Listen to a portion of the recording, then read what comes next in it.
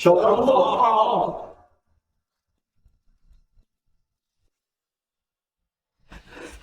董事长，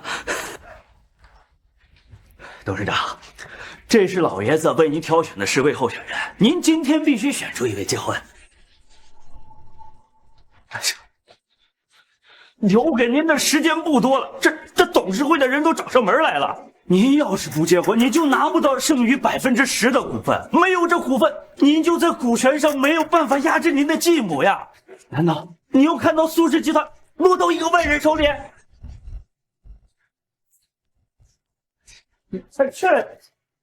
呀，董事长，您就看在已故老爷子的份上，您就选一个当老公吧。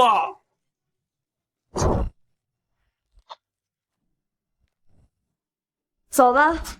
去哪儿这？哎，不是结婚吗？您能想通，这太好了。你看，这都不错。就他了，去民政局登记。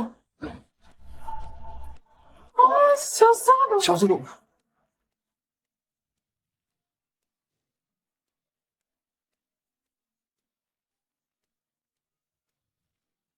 苏总好。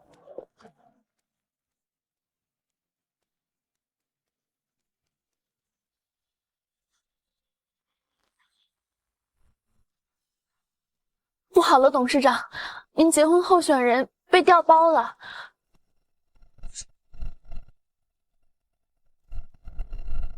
甩掉他们。董事长，赵律师叛变，公司有内鬼，这民政局还去吗？去，不过换一家。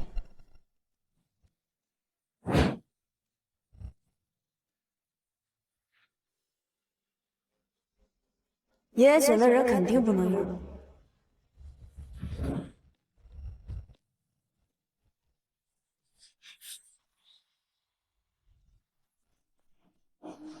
漂亮的人。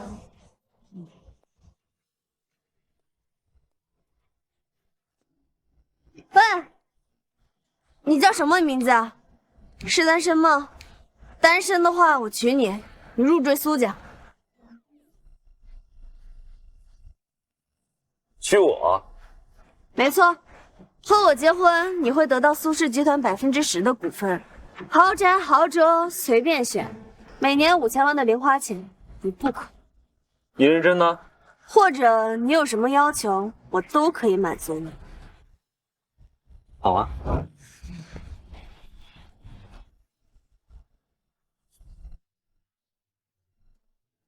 回家。是，苏总。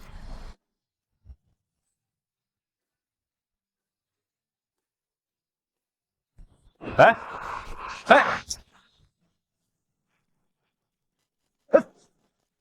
苏总，车往后走啊。应该，这可是防弹车。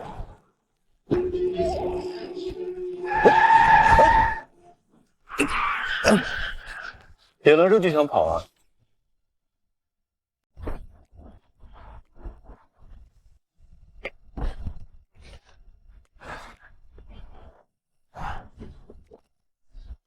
开车。你刚才拆了我的车门，又把它安上了。你知道这车多少钱吗？多少？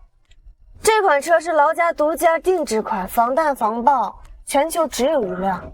也就是说，你拆的车门，包括这车上每一根螺丝，在国内都是找不到配件的。这车报废了。哦，我不管，我没钱。不然你告诉我，你是怎么拉开行驶中的车门的？这不是人该有的力量吗？是，开车。哦，是。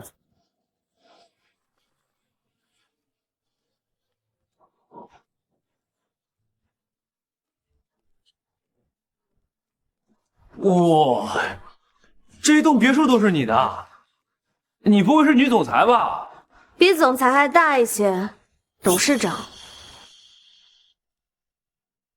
窃听器啊，你这不愧是顶层，视野确实很好。喜欢？送你了，你以后就住这儿。你不跟我一块住？我还有些事情。喂，我们可是领过结婚证的，是合法夫妻啊，不在一起住算怎么回事儿？我们只是领了证，举办婚礼之后才是正式结婚。那不行，不在一起住，那我白娶了。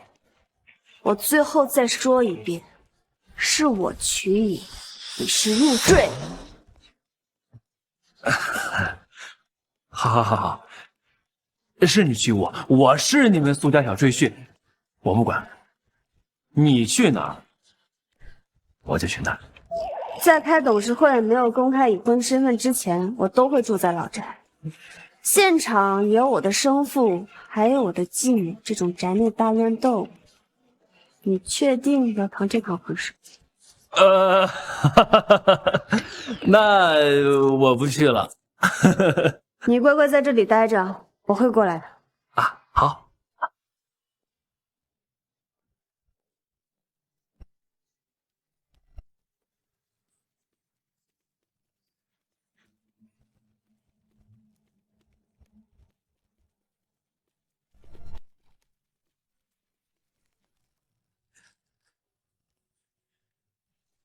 光这一层就搜出100多个窃听器，60多个针孔摄像头。这女人到底得罪多少人？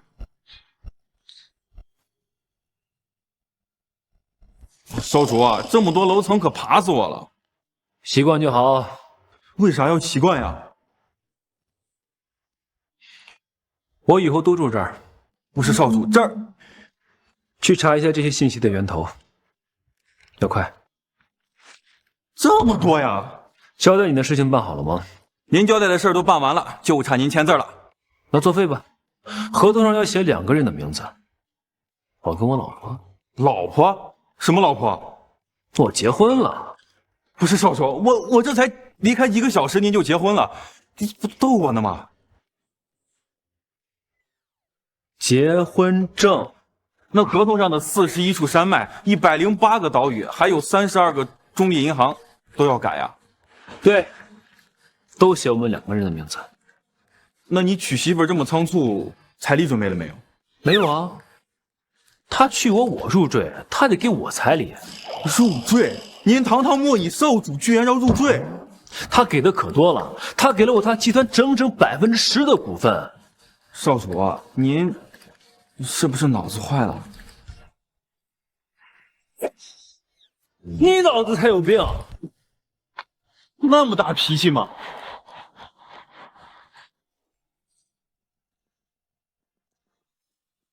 事情处理的怎么样了？如您所料，果然是赵律师在暗中勾结陈家，想要调换候选人。陈家还和您的继母安如雪在暗中有联系。这次闹事的董事会成员已经被处置带走，他们外面都在说您雷霆手段，不敢轻举妄动。处理得很好。老苏董立下的遗嘱里，10%的股份都是给您未来夫婿的，但这笔钱只有您结了婚才能拿到。董事会的成员都在揪着这个不放，您继母的股份和您几乎持平。如果您不结婚，这公司将会落在他手里。可您才刚回国，这哪有这么快？这分明就在抢。无妨，我的婚姻能给我带来利益就好。事情处理完了，就回老宅吧。是。来，谢谢老公。小姐好。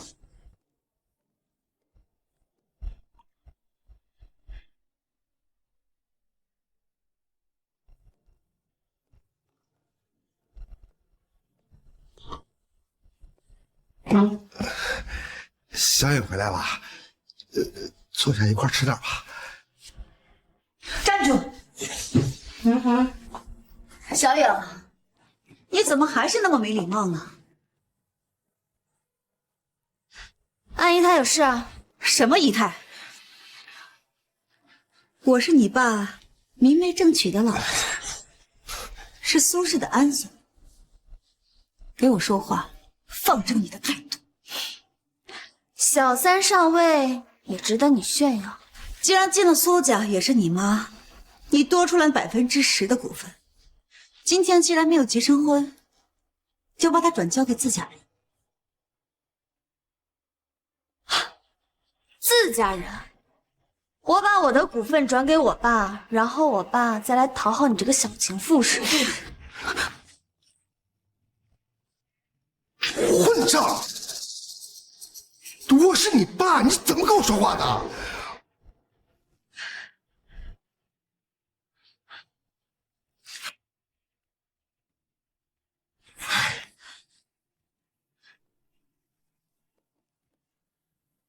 所以，既然你没有结成婚，按照规矩，你那10%的股份就得拿出来。没有那10%的股份，我就是最大的股东，是苏氏的董事长。看来安姨太是十拿九稳了。不过，你怎么知道我没结婚？你没有和那10个候选人结婚，那有谁结婚？3天后就是董事会，你就等着被拖下水。那就董事会见。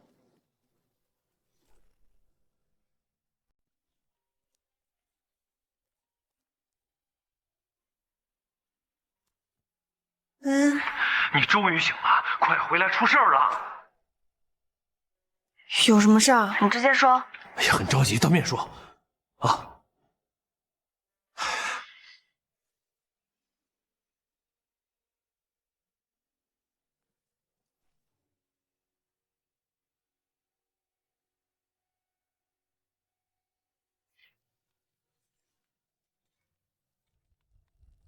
什么味道这么香？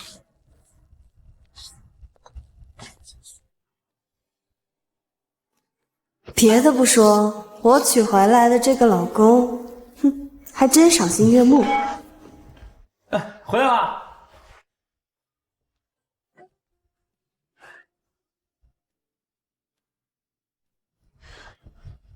我以为是有什么天大的事情，原来是回来找我吃饭。这吃饭呀，就是人生的头等大事。来，尝尝看。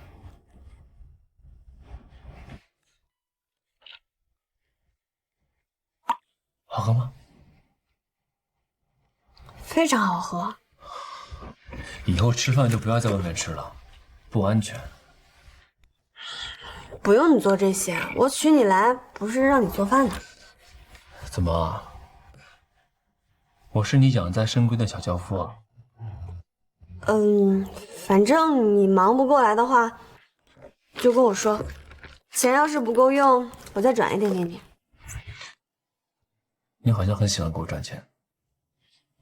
因为我除了钱一无所有。巧了，我除了钱，应有尽有。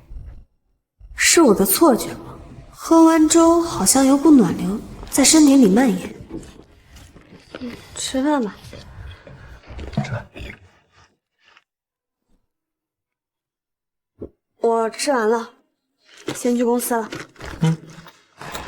哎，等一下，哎，等一下，带上这个，我亲自给你搭配的养生茶，渴了就喝这个，外面的水不要喝啊。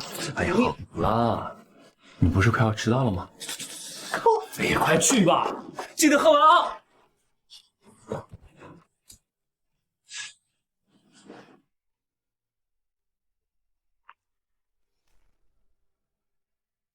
进。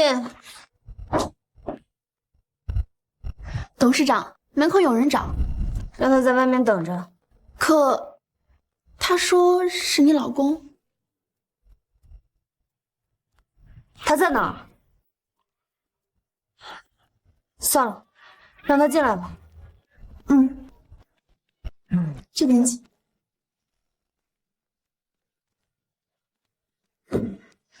你怎么来了？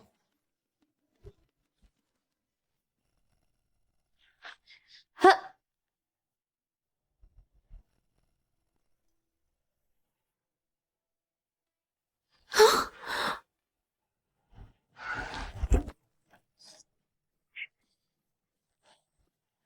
已经排查过了吗？怎么还有这么多？对不起，董事长，是我们疏忽了。都是很隐蔽的地方，你先出去吧。你过来给你送饭。如此身手不凡的人，居然只是过来给我送饭。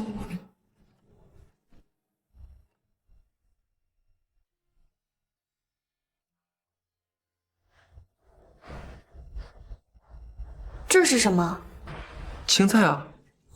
你把我当傻子？这是青菜？那好吧，天山雪莲。你把这些药材当食材？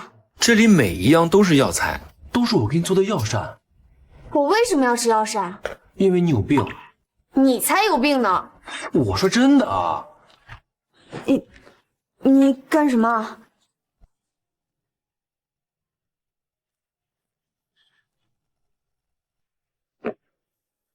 我的腿不能动了。10分钟就恢复了。现在相信你有病吗？什么病？骨质疏松。跟你开玩笑呢。是蛊毒。蛊毒？是一种腐蚀性很强的病毒，很难发现，用不了几年你就瘫痪了。不过你吃了我做的药膳，喝了我配的茶，很快就会好的。期间不能在外面乱吃东西，免得影响药效。你真的没有跟我开玩笑？当然。我知道了。很听话的病人嘛。我去给你准备药材。他到底是什么人啊？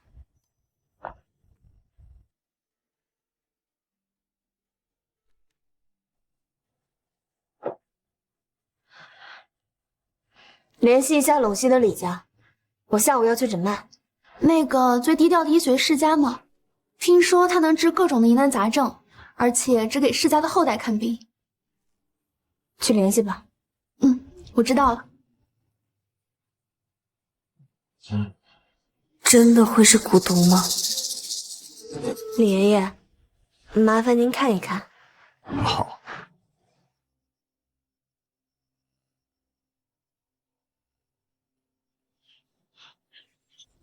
哎呀，苏丫头啊，你这脉象看上去稳定，但很古怪。李爷爷，我想检查一下腿骨。哦，好。一会儿呢，你别动，会有点疼。好。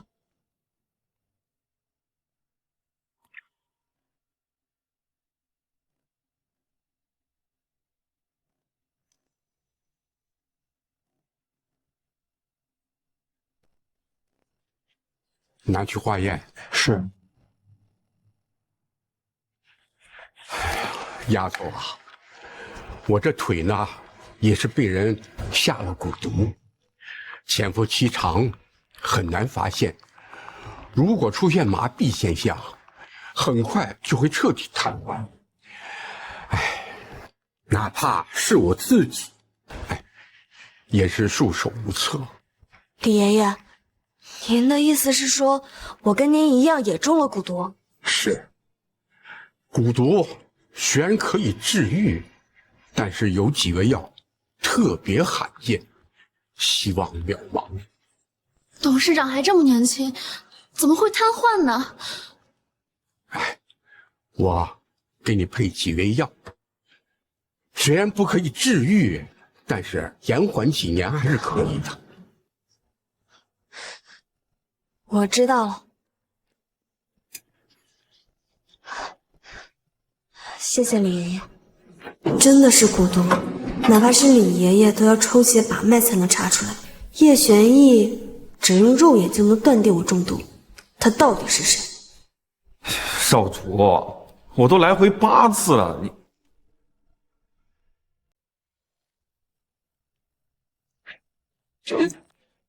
嘿，哎，苏苏你回来了！他跳楼了！哎呀，苏苏你怎么回来了？本来就给你送饭呢，饭马上，你等会儿我。等一下，我有事情要问你。什么事？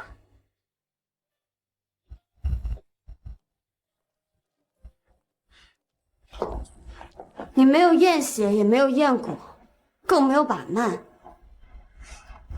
你是怎么知道我有病的？我一眼就看出来了呀，你浑身上下散发着中毒的气息。气息？啊？那你能看出来我中毒几年了吗？这个嘛，得仔细检查。怎么检查？把脉？我又不是老中医，把什么脉？那要怎么检查？衣服脱掉，全部。这么干脆，我这老婆真够劲儿。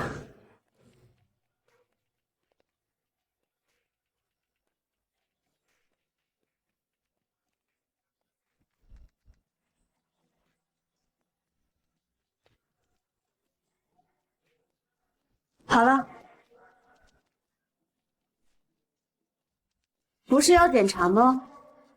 你这样我不太习惯。傻愣着就能检查了？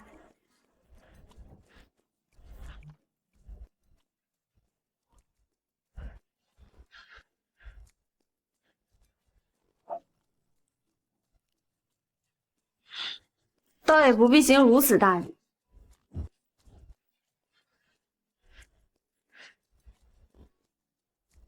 开始吧。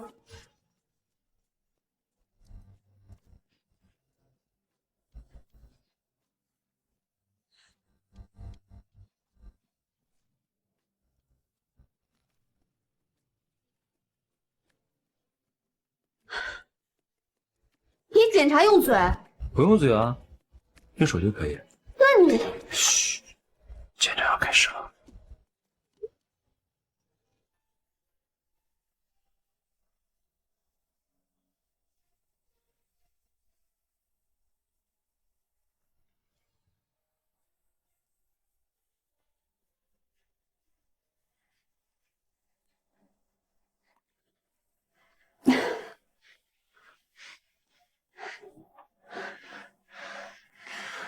有感觉别憋着，老公在。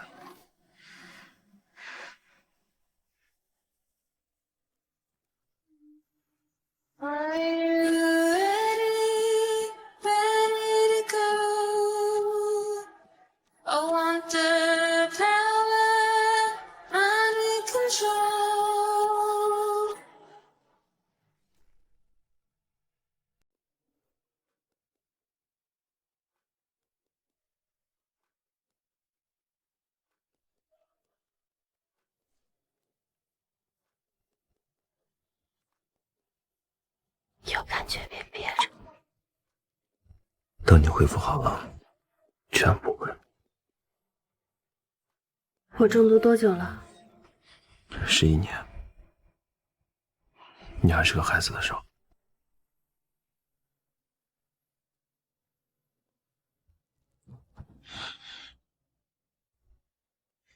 你说这个毒能减，要多久？不好说。其实按摩也能够加快恢复，就是要脱光。你需要吗？可以。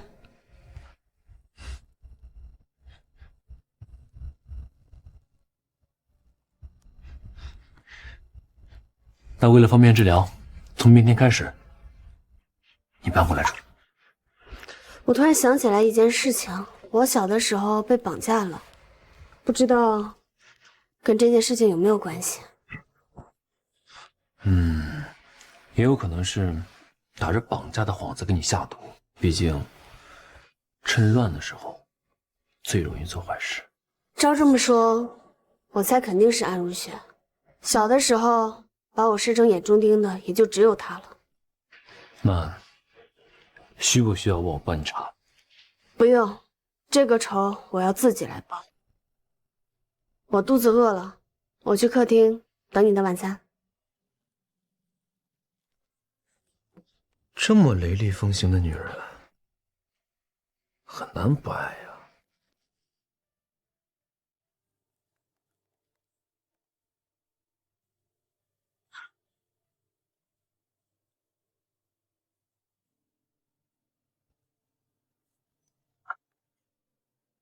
累了吧？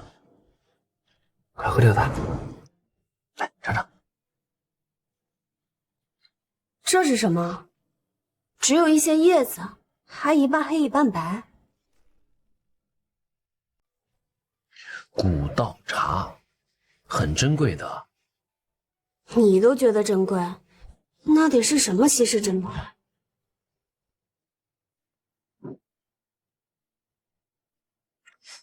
话说回来，你不是没有钱吗？连医学世家毕生都找不到的药材，你却像青菜萝卜一样煮给我吃。那个，我家祖上是靠这个做生意的，虽然地没有了，但产量少，就是自家人补，不外收。是吗？你快喝，每天睡前泡一片，能够增强睡眠质量。明天早上啊，你就能感觉有所变化了。不管怎么样，还是谢谢你。哎呀，夫妻之间谢什么呀？好了，快去睡。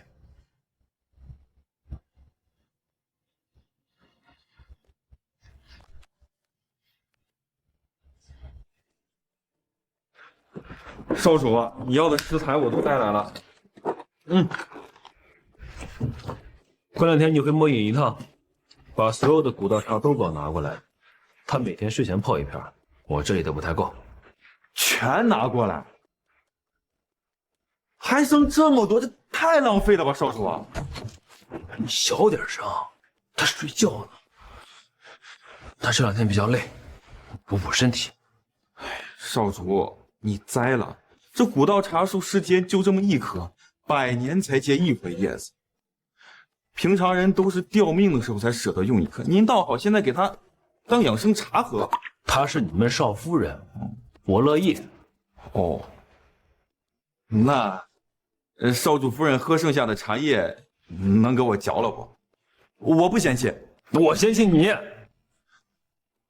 快滚！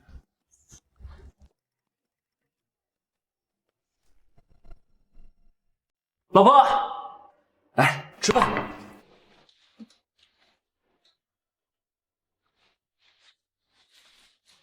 一早上就有米饭吃啊？啊，雷云昨天晚上带过来的。雷云啊，跳窗的那个。老婆，这饭菜都凉了，你趁热尝尝，快。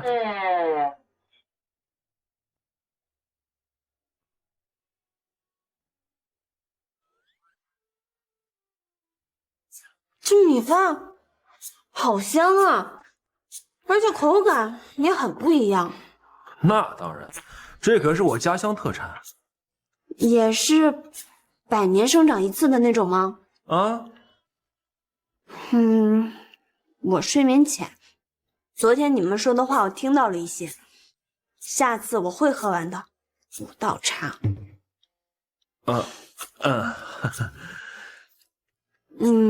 为什么这些是药膳，却做的这么好吃啊？那是因为你体内缺乏这些元素，这些饭菜都有，你体内又需要，所以你大脑给你传递了一个特别好吃的信号。就比如说，我想吃橙子，就是代表我的身体里缺维 C， 是这样吗？差不多。你做了这么多的菜，我真的不用给你请一个阿姨吗？哎，不用啊，我喜欢亲自照顾你。啊，好，吃饭。吃饭。老婆，收拾完了。来吧。你准备好了？不是要按摩吗？啊，按摩呀。这就来。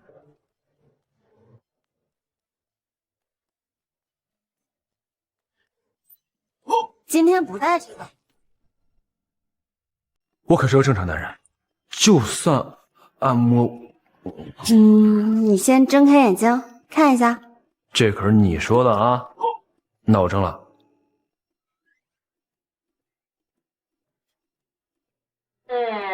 穿衣服。这个是我找到最贴合的面料，应该不妨碍按摩。是挺贴合的，还挺有朦胧感。开始吧。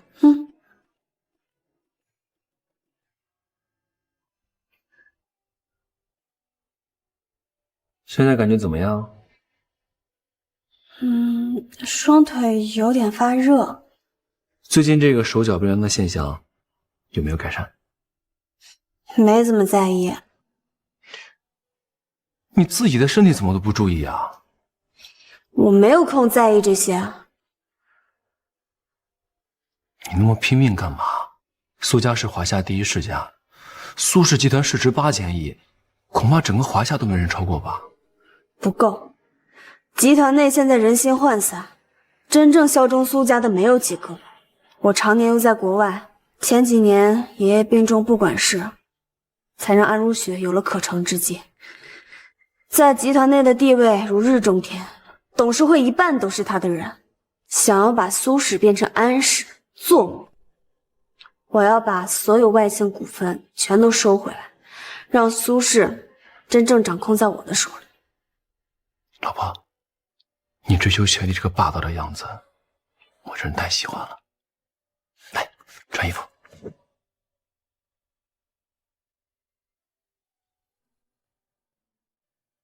叶玄烨，你会背叛我吗？老婆，我现在给你一项权利，如果有一天我背叛了你，你可以伤了我。什么？我没有在开玩笑。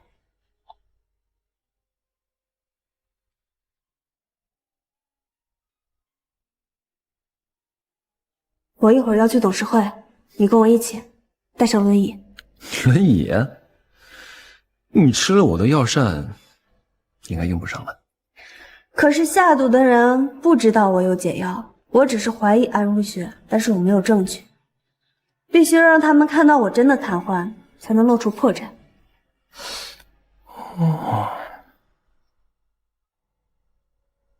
真不愧是我老婆呀！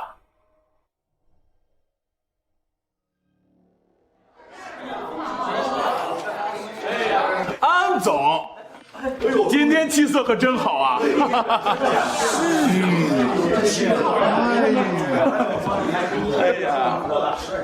哎，大家都听我说啊，在我们眼里啊，安总是董事长的最佳人选。是。今天这个董事会啊，就是专门为您准备的啊！行了，都坐吧。哎，坐。董事长人呢？来人，去楼上把董事长请下来。开会迟到像什么样？那个董事长他还没来公司啊？什么？难道要让我们这些股东干等他一个人吗？这样的人也配当集团的掌权人？你们说是不是？是，没错。那安逸太觉得谁是？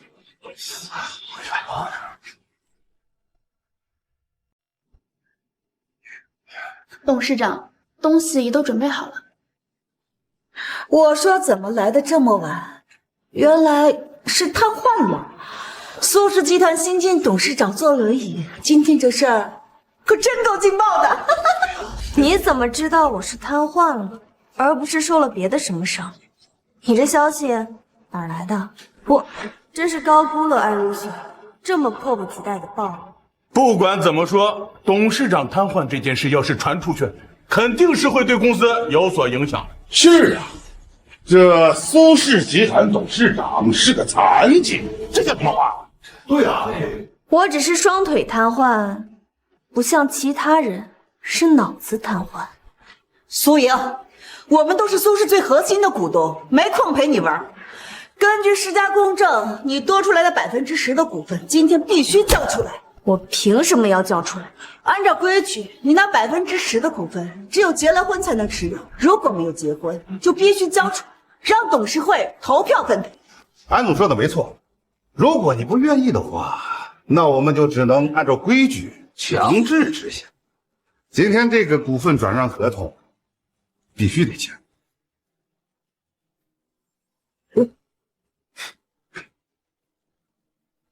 董事长，得罪了。我看谁敢靠近！苏莹，谁让你把闲杂人等放进来？快让他放开！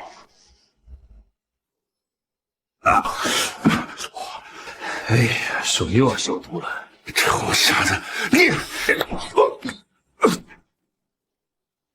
离他远点。苏莹，我们也只是按照规矩完成。既然你没有结婚，就要交出股份，你不会连自己爷爷的遗嘱都要违背吧？我昨天晚上说的话，安姨她好像没有听懂。谁说我没结婚？结婚了？不可能，分明那10个候选人根本就没有和你联系，你和谁结的婚？是呀，董事长，婚姻不是儿戏，如果被有心人算计，那10%的股份落入其他世家手中，那可就糟了。我看你根本就没有结婚，别再拖延时间了。苏莹，交出股份。我倒还没有说什么，你们倒是急起来。这位是我的老公叶玄逸，苏氏集团10%股份持有者，更是第3大。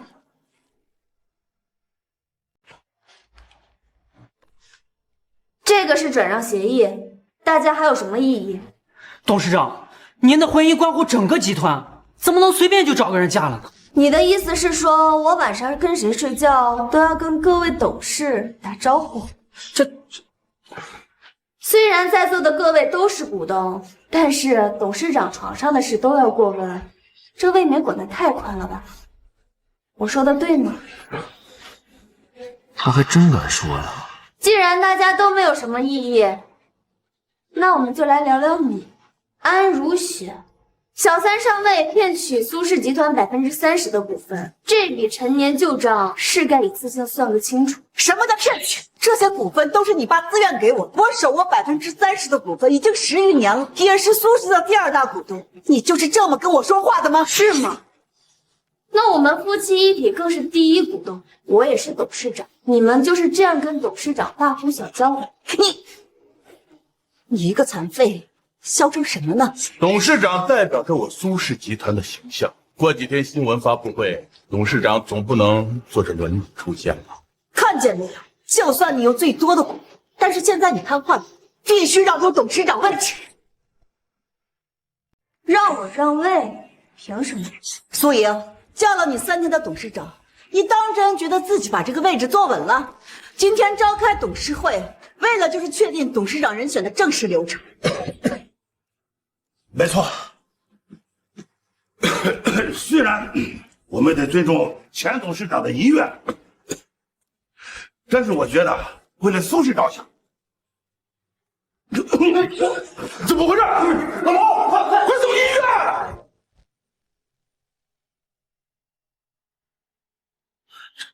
怎么办？我们选谁呀？选个屁呀！你看看樊玉他的下场，你相信小苏都没动手？是啊，之前反对他的几个世家都进去了，到现在还没能捞出来。我们还是支持小苏董继续担任董事长。对。你们知道自己在说什么吗？我们年纪大了，尊重老董事长的遗嘱。安总就不必再多说了。各位，这可是最后一次机会，以后就成定局。你们真的要让一个残废掌管苏氏吗？残废？你是说我吗？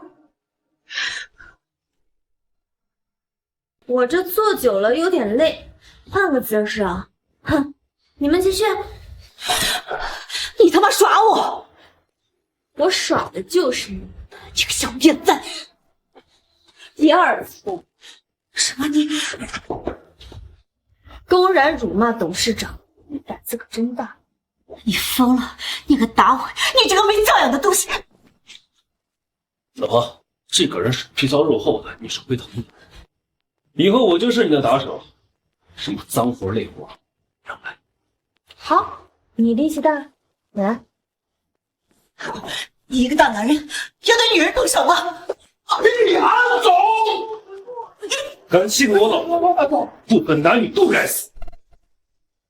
管好你的嘴巴，再敢乱说话，可不就一个巴掌这么轻？以叶玄逸非人类的力气，安如雪怕是都会有内伤。老婆，放心，我会用全力把他合上你。怎么样？这个大手还可以。非常好。行，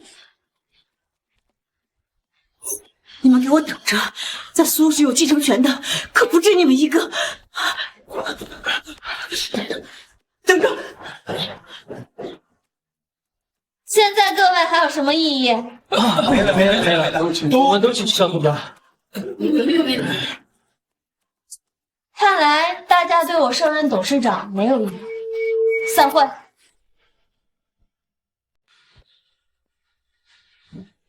各位，好自为之吧。怎么办？宋尹文做了董事长的位置，绝对容不下我们。刚才一个已经进医院了，我们的下场只会更惨。是呀，我们站在安总这边，帮着他做了不少脏事儿，苏尹是不会放过我们的。好了，这里说话不方便。如今啊，我们要想保全自己，只有离开国内。我在海外啊，认识一家私人的中立银行，我们把钱放在那里，他苏尹也拿我们没办法。今天怎么这么开心啊？亲手打人的感觉太爽了。那需不需要教给你更厉害的？以后我不在，你能对付他们？能一招制敌的那种吗？啊，也行。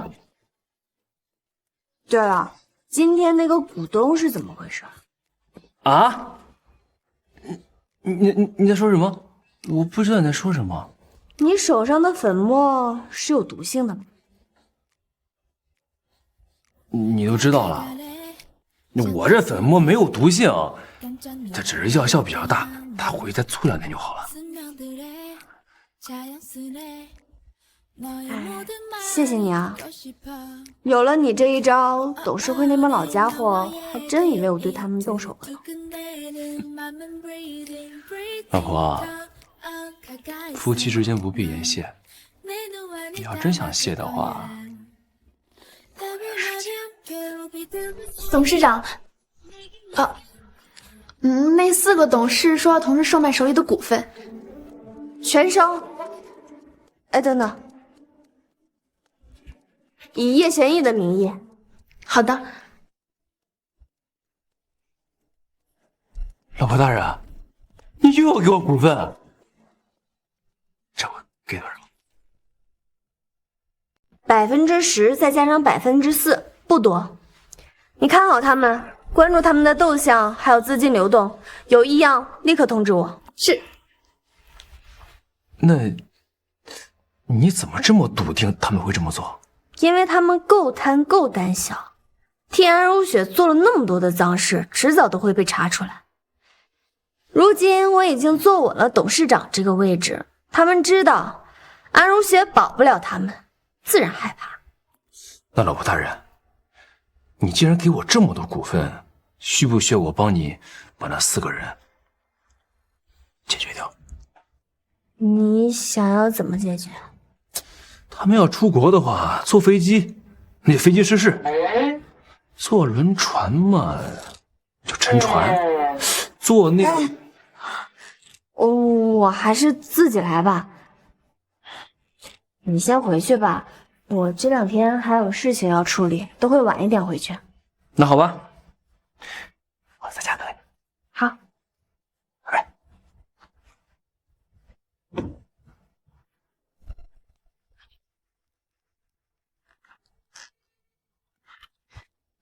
董事长，果然不出您所料，那4个老家伙连夜抛售所有股份，打算卷钱逃去国外。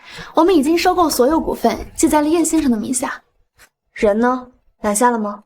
是的，我们按照您说的实名举报，在他们上飞机前1秒被抓走调查了，因为涉及高额资产，没个10几年是出不来了。他们一共卷走多少钱？加上我们收购那200亿，一共是400亿。他们通过不记名账户汇到国外，目前还在走流程。这么多钱，看来这些蛀虫这么多年没少在集团黑钱。你让我们在海外的人盯紧他们，一旦流入海外账户，立刻冻结。等冻结时间一过，以转赠的名义收入到我的名下。是的，董事长。这样一来，股份是我们的，他们赚的钱也是我们的，我们赚大了呀。这波我们的确血赚。董事长，不好了！谁让你不敲门就进来的呀？没事，怎么了？你说。我们还没来得及冻结，那400亿就流入了海外的一个私人账户。能在我们眼皮子底下黑钱，对方实力不容小觑。查到是谁了吗？没有，对方太隐蔽了，我们只知道对方账户首字母之外，其他什么信息都没有。我知道了，你让海外的人继续盯着，你去彻查，一定要查出这个人是谁。是。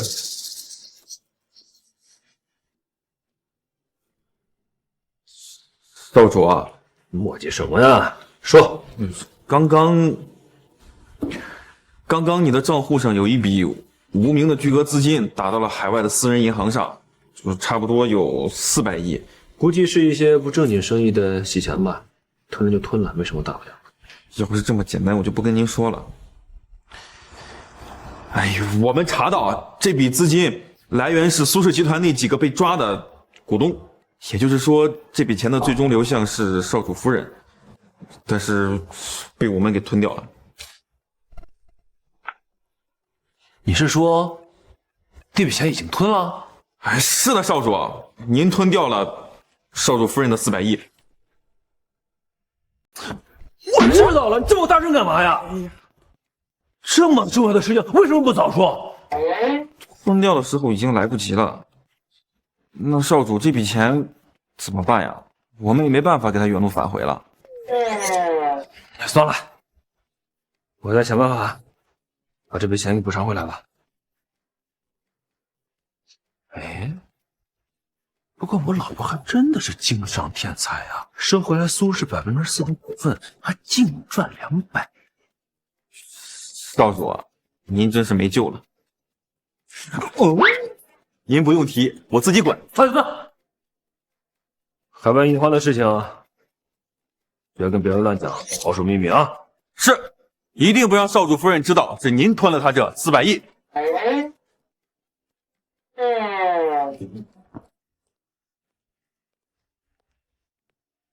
哎，老婆，这么早回来了？怎么了？心情不好？工作不顺利？本来是很顺利的，只是有一大笔资金流入了海外账户，我不清楚对方是什么势力。万一要是安如雪的人，这事恐怕就麻烦了。不过我已经派人去查了，这2天应该就有眉目了。能从我手里抢钱的还是第一次见。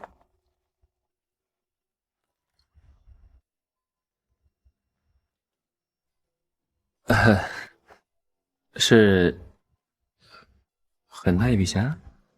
也还好，400亿。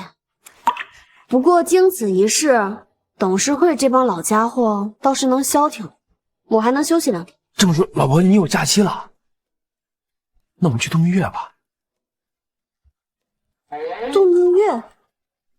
啊，是啊，咱们新婚虽然暂时没有举办婚礼，咱们可以先去度蜜月呀。这2天不行。为什么？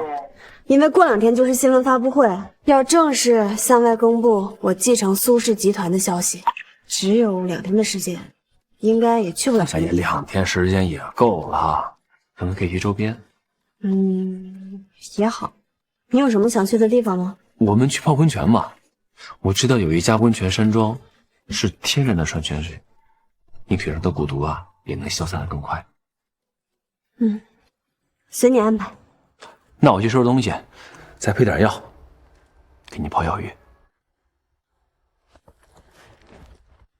原本只想找个交易对象，但好像这样跟他过下去也不错。我从来都不知道京都郊外还有这样的温泉山庄，你是在哪里找到的？我欢迎庄主回家。庄主，您的行李给我就好了。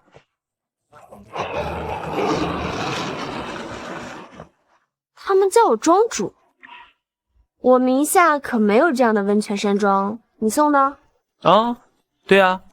哦，这地方虽然属于京都郊外，但是这是个私人山庄。也就是说，这整片区域都是你的。你不是没有钱吗？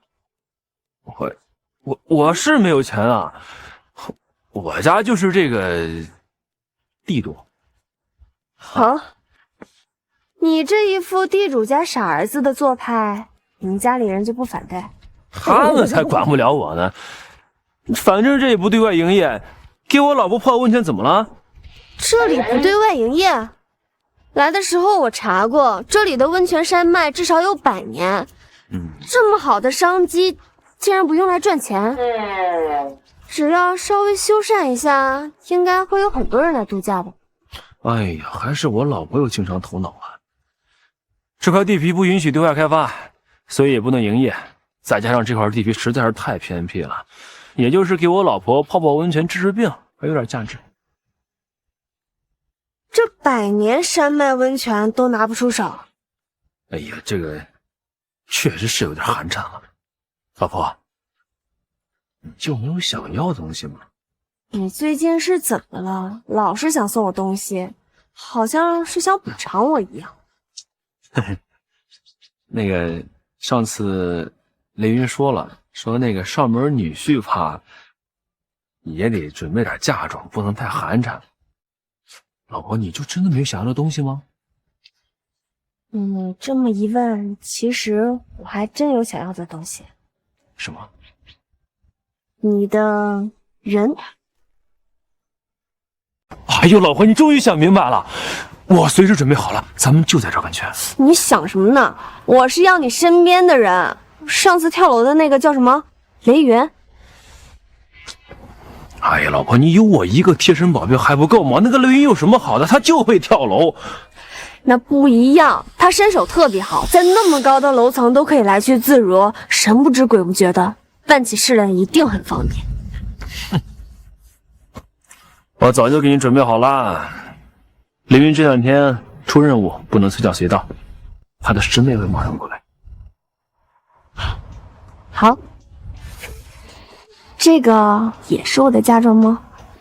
是啊，我的就是你的，保护自己。你，庄主，温泉和房间已经准备好，这边请。啊哈。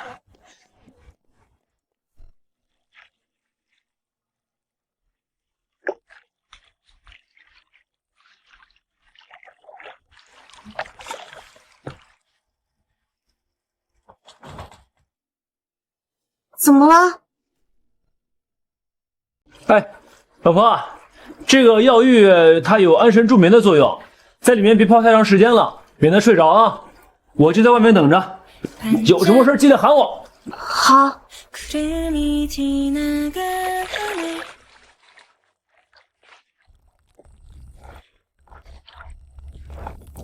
会是药浴，我感觉身上的每一寸肌肤都展开了。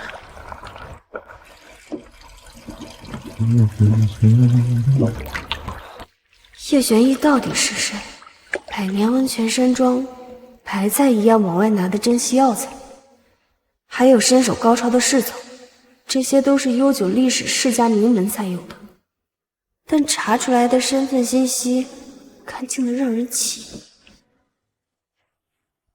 不行了，不行了，还是起来吧。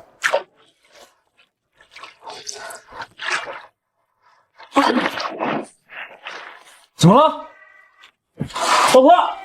哎，老婆，怎么了？我那个，抱歉啊，我以为你在里边睡着了，我喊你你没有回应，所以我才……我刚刚头有点晕，没听见外面的声音。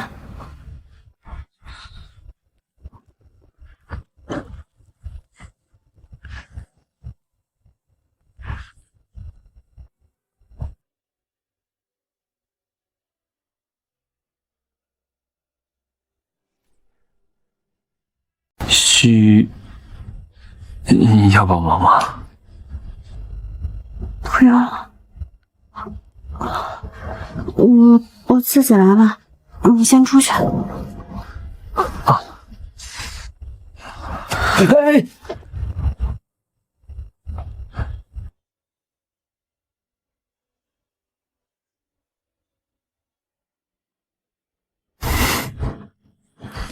偶尔依赖我，也挺不错的。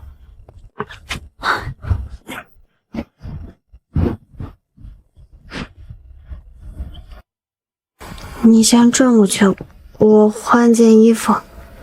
好，趁着药浴温泉的效果还在，我给你按摩，这样疗效会更好。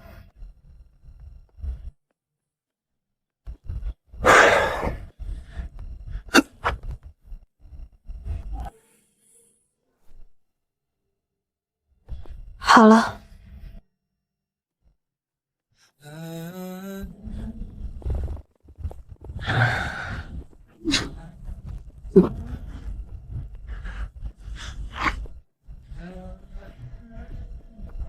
即使知道是治疗，也没法在这种距离跟他对视。对上这一双眼睛，感觉下一秒就要失控。你都已经穿上衣服了，为什么还不敢正眼看我？我是为了更好的感受按摩。是吗？那你睁开双眼，我不信你两眼狗。你能不能少看一点乱七八糟的东西啊？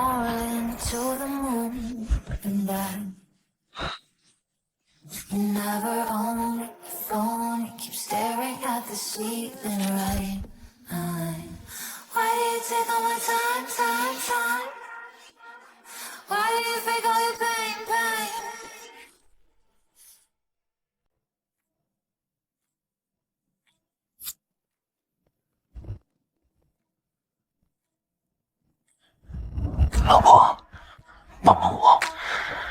每次跟你按摩，在眼前却碰不到，快救！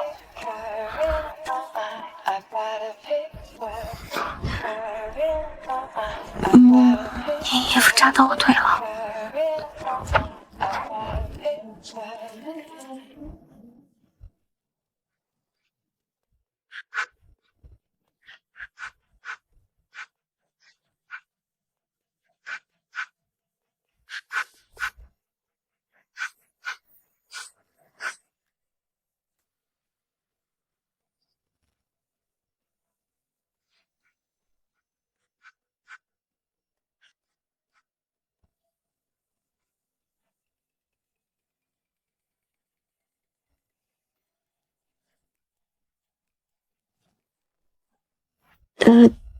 我们别在这儿，去床上。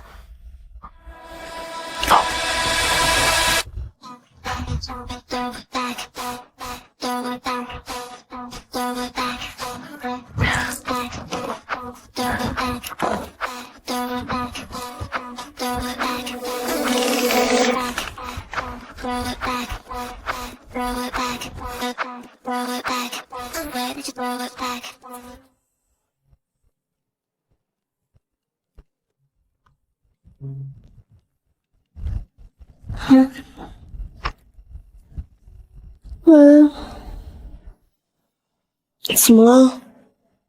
哦，我知道了，我现在就回去。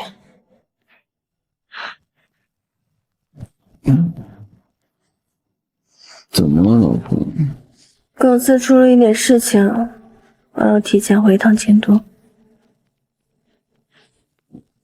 啊？不，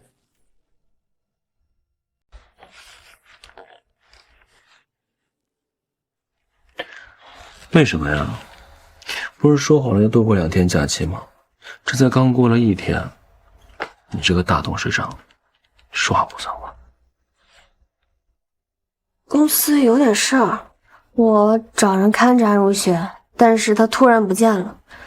这2天就要到董事会了，我怕他再有什么动作。我不管，你这个坏女人就是睡了我这张床。我尽量早一点回来，晚上晚饭前，我在晚饭前一定回来。真的？我发誓，晚饭前一定回来陪你。行吧。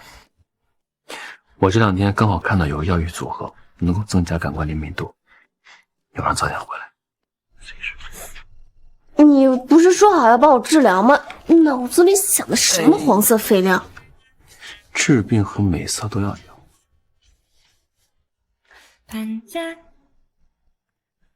走吧，我在这里等你。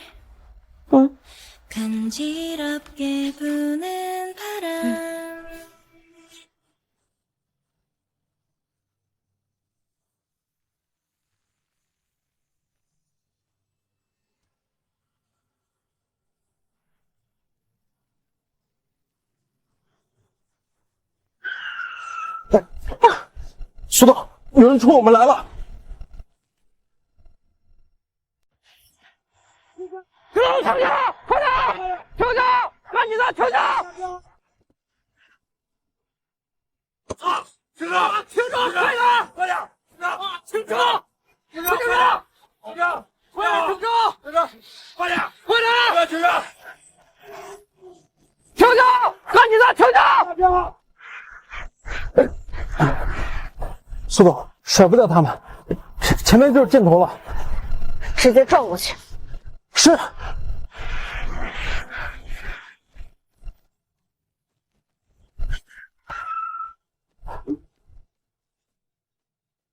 往后倒。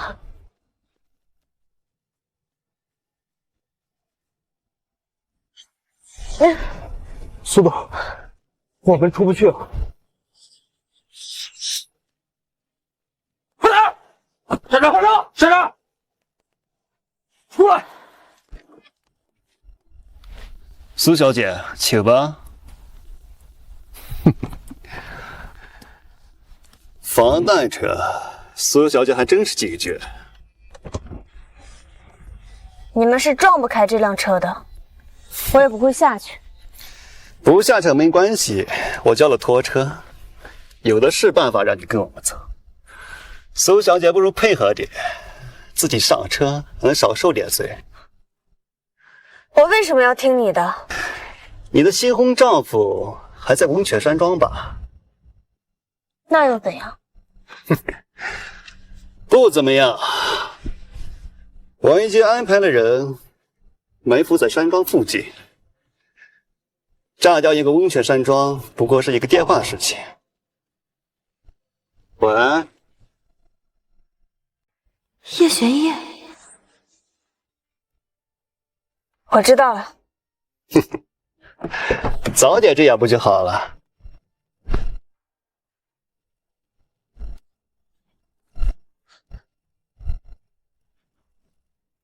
我自己走。请吧。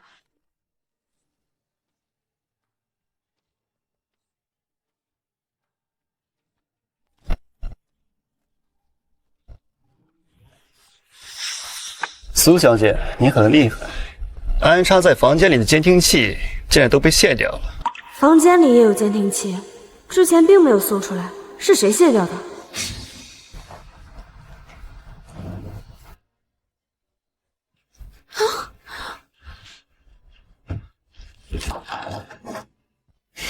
只有叶玄烨有这个本事，这个人居然在背后帮了我这么多。你们要带我去哪儿？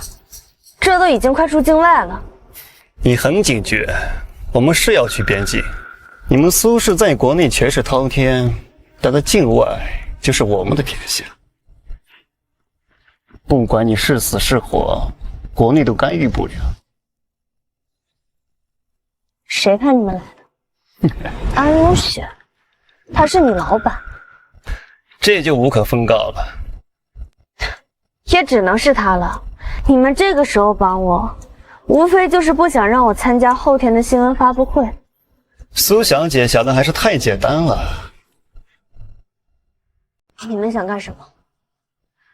安如雪11年前也是绑架我，不会智取，只会强夺。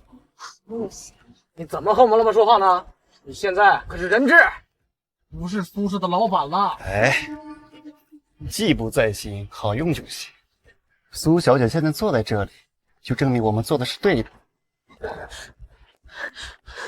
老婆怎么才回来呀？不是说晚上？怎么是你啊？我老婆呢？叶先生，董事长被绑架了。绑架？董事长在回京都的路上被绑架了，现在情况很复杂，周边有境外势力在埋伏，我得带你离开。哎，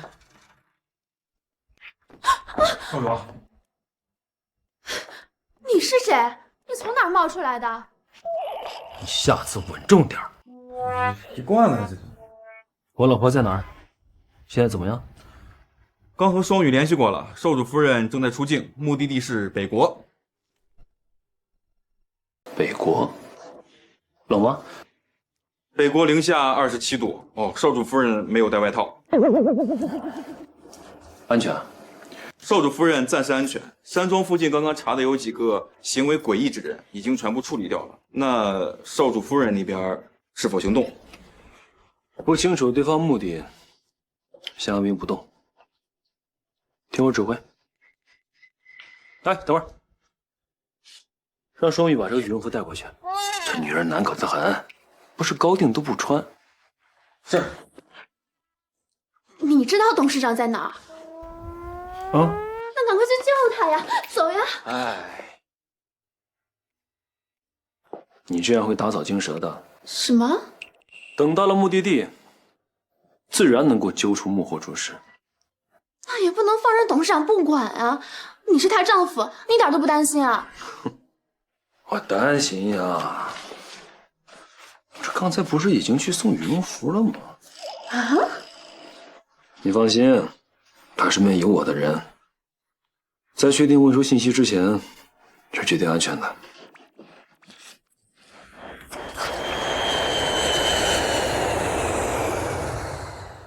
哎呦，时间差不多了，该接我老婆去了。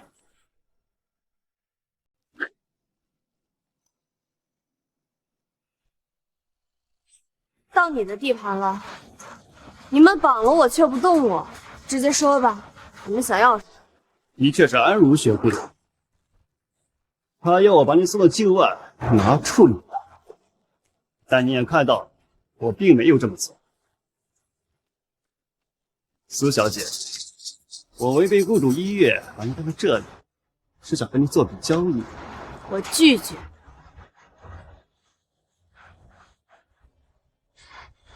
你们不敢在国内做生意，专门跑到境外来，还想拉苏家下水，做不？苏小姐，你是商人，你得以利益为主。现在答应，还可以少挣点成本，不然的话，他们这些人可没有不打女人的传统。不如你告诉我，你跟安如雪都在替谁做事？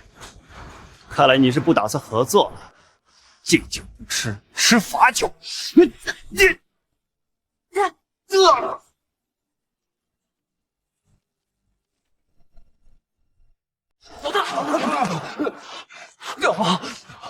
少主夫人，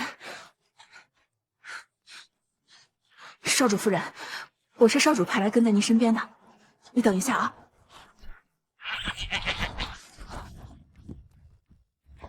这个是少主让我带过来的，他怕你冷，快穿上。谢谢。这个女人是怎么进来的？周围有兄弟守着吗？的，哪来臭婆娘？哼，是你们姑奶奶在自己地盘就掉以轻心了。外面就10几个守卫，你们瞧不起谁呢？这个语气，果然是叶玄逸的人。我不管你是谁，这里可不是华夏，这是我的地盘。今天就让你们看看，到底是谁做主。给我上，只留一口气进去。是。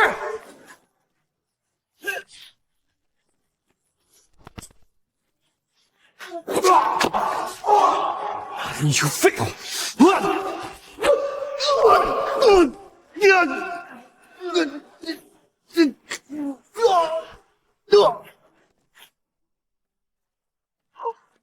真是一群垃圾。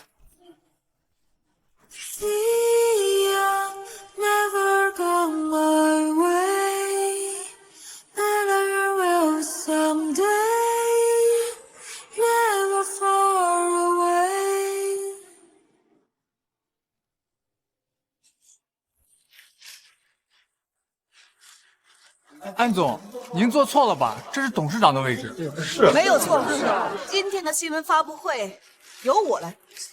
您的意思是小苏董今天不会来了？安总，我想请问一下，接下来的苏氏是由您掌管吗？您是否会出任董事长一职？小苏董的确是不会来，他已经决定放弃股权，而我作为苏氏集团最大的股东，理应出任董事长一职。我们同意，我们同意，我们同意。没错，就应该是这样。苏氏集团早就该属于我。谁说我不来了？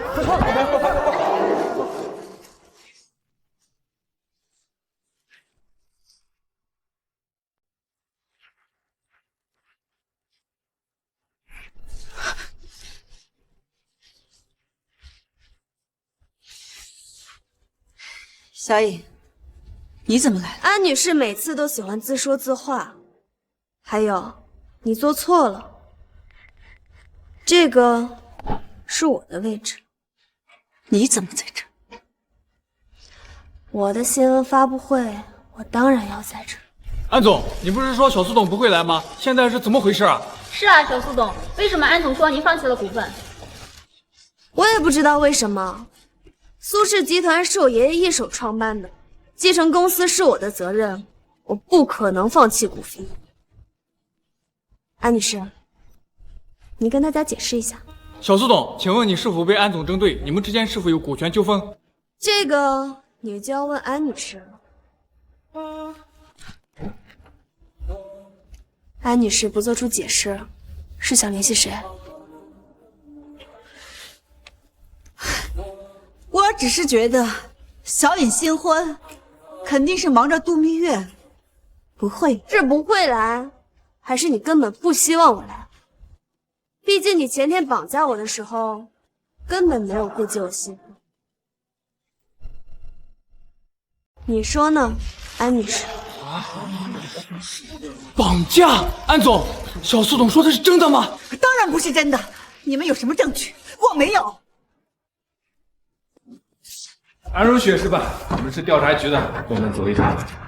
我不走！你们凭什么抓我？绑架的事跟我没有关系，你凭什么让调查局的人调查我呢？什么绑架？带走你是因为你涉嫌一起海外资产转移，带走。放开我！放开我！站住啊！啊，带走，快转手。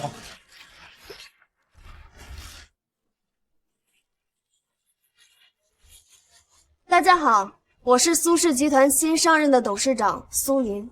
此次召开新闻发布会有2件事情：第一，董事会成员的调整，部分股东涉嫌转移公司资产，我也会对其他成员进行彻查。苏氏集团绝不允许这种行为存在。第二，安如雪在我任职期间多次对我打压、威胁，让我交出全部股份，并且绑架我。我方还在取证，一旦证实，安如雪将被开除。集团还有很多规定没有完善，还希望各位媒体朋友们向我们提醒监督，谢谢。这小苏董一上任就整顿了董事会，真是雷霆手段。是，看得漂亮。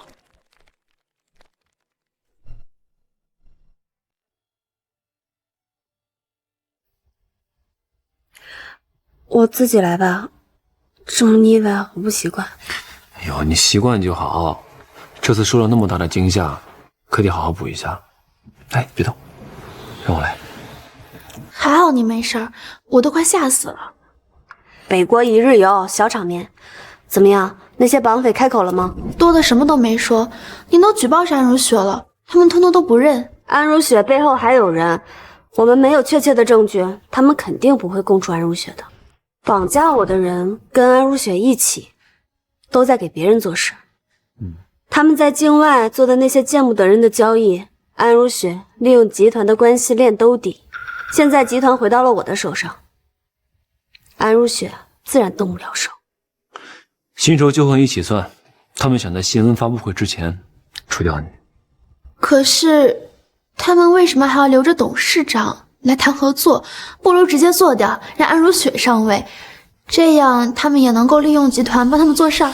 当然是因为他们不仅仅想要苏氏集团，更重要的是你老板背后的资源，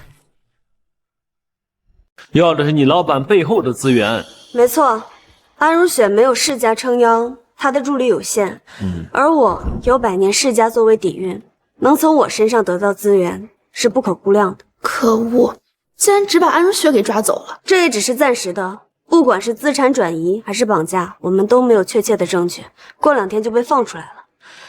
我们举报也只是为了制造舆论压力，把他的名声搞臭，这样能给我少找一点麻烦。想到我以后要在公司见到他，我就恶心连饭都吃不下去。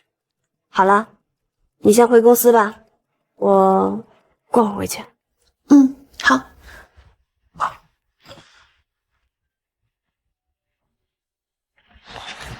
来，老婆，别恶心了，谢谢你。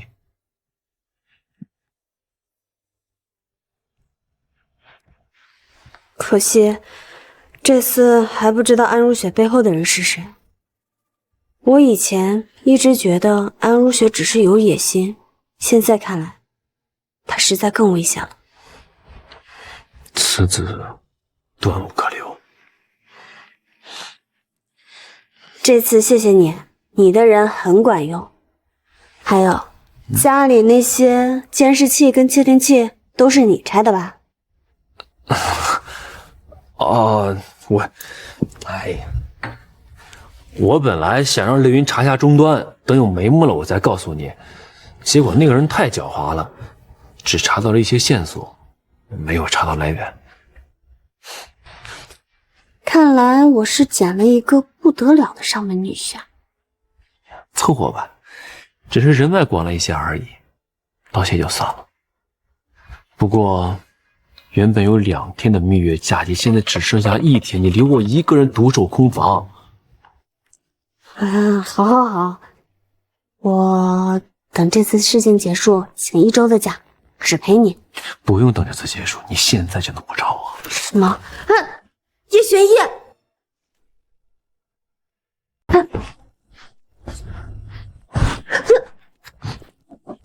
等一下，现在是白天。白天怎么了？我一会儿还要去公司呢。今天天气不好，别去了。外面那么好的阳光，你要叫雷云还是双鱼？我还穿着睡衣呢。这里只有我们2个。怎么突然下暴雨了？我说了，今天天气不好。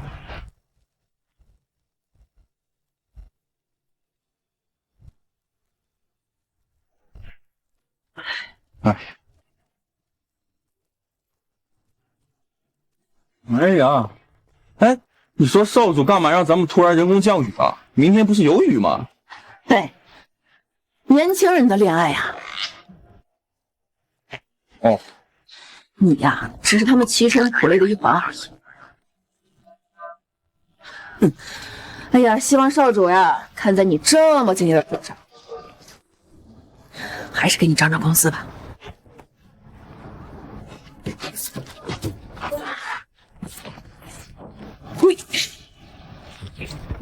什么意思？涨工资？为什么要突然给我涨工资啊？那个，你还是先下雨吧，我先睡会儿。哎，不是，那为什么你下去，我在这下雨啊？董事长，这是叶先生给您的药膳，他一直在楼下等着，怎么不让他上来呢？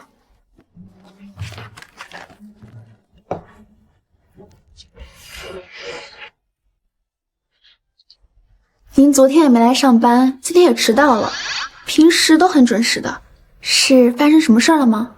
一点小事耽搁了。啊，好。哦，对了，昨天下雨了吗？没有啊，昨天是大晴天。果然是他捣的鬼，居然害我旷工1天。好啊，叶玄逸，让他在楼下等着吧，这1周都不许放他上来。啊，是。等等，你去查一下叶玄逸到底是什么身份。叶先生，我们之前不是查过吗？没有什么异样的。就是没有异样才可疑。我们收到的信息都太普通了，你看他像个普通人吗？确实不像。查不到也没关系，就是比较好奇。以前把叶玄逸当成合作对象，并不在乎他到底是谁。可是现在，那您为什么不亲自去问他呀？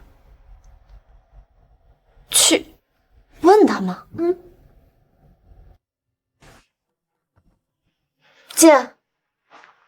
董事长，之前通灭400亿的海外账户找到了，这个账户所属人就在京都，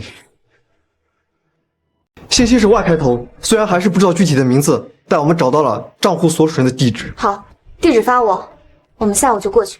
是。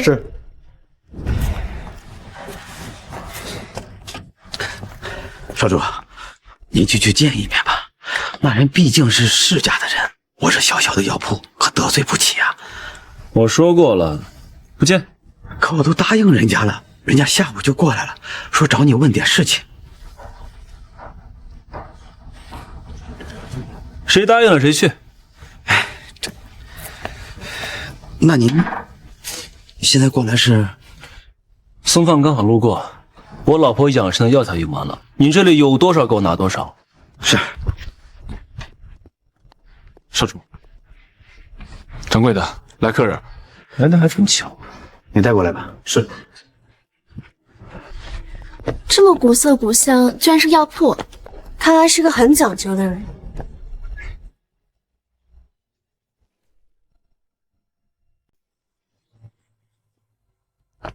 苏小姐找我什么事？少主，您这来都来了，就去见一面。我没那功夫，还得给我老婆送饭呢。啊，走了。少主，你这什么时候结婚的？少主夫人叫什么还不知道呢？哎，少主，我有件事情想跟您谈谈。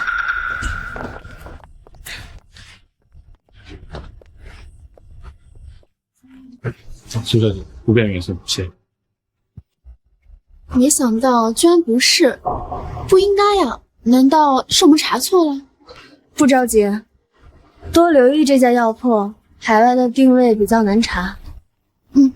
知道了。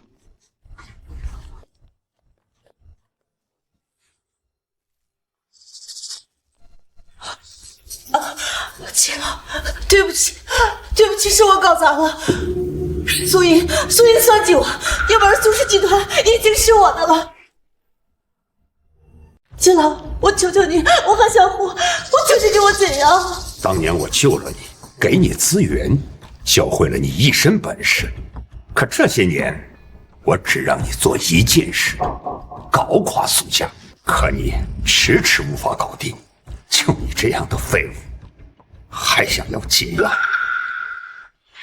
你就等着那蛊毒发作吧。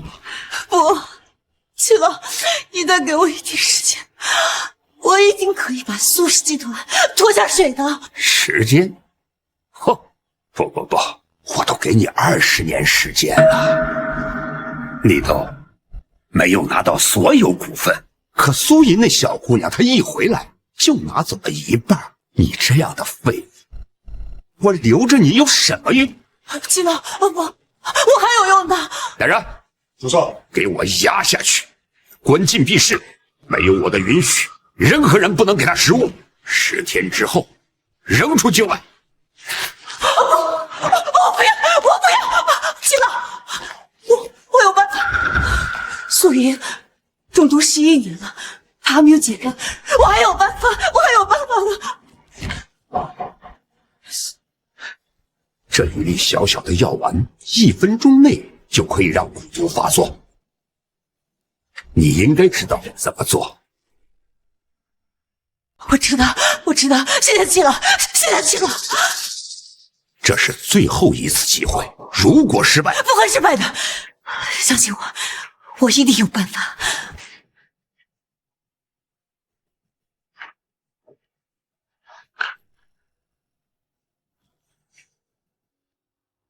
你是说，这个窃听器在快查到归属地的时候，信号突然断掉了？是，看来是察觉到了，故意维持。不过可以肯定的是，这个型号的窃听器比较老，也只有以前的一些世家常用，而且最后消失的信号定位不在境外，在国内东边，沪海方向。沪海，齐家？你是说那个没落的齐家？沪海的世家只有齐家，那这齐家和少夫人之间有什么恩怨吗？印象里没有。齐家在没落前，齐家家主唯一的女儿失踪了，齐家从此一蹶不振，于是不再见人。但这也是20年前的事情了。难道是？哎，你说会不会是少夫人的母亲？20年前，苏苏今年正好20岁，但是资料上写的少主夫人的母亲姓汤，不姓齐啊。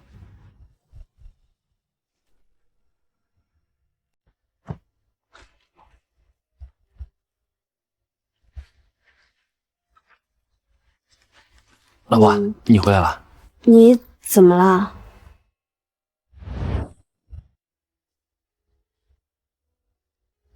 老婆，你这蛊毒消散了不少，我给你配了养生的汤水，虽然没什么药效，但你可以当滋补的饮料去喝。谁家把中药当饮料喝呀？我们家呀。等哪天有空了，我带你去我们当地看一下我们当地特产。你家？不会有婆婆拿到地契甩到我脸上让我离开你吧？哎呀，那不会，他们在环球旅居呢，他们不爱管我的事情，只要我自己喜欢就好，而且他们开明的很。哎，对了，老婆，我怎么没有听你提起过岳母大人的事情？我妈，我妈走得早，我对她的了解特别少，我只知道她姓汤。来自一个很穷的东边县城。东边县城？就是一个很偏远的地方。我爸年轻的时候只知道花天酒地，所以被爷爷扔出去历练，就碰到了在农村教书的我妈，两个人一见钟情，同居怀孕，实在瞒不了了才回来结的婚。而我那渣爹一直都是花花肠子，从农村回到了大城市，曾经眼里的娇妻也变成了孙姑，久看生厌，结局也就那样了。你怎么突然问我这个问题？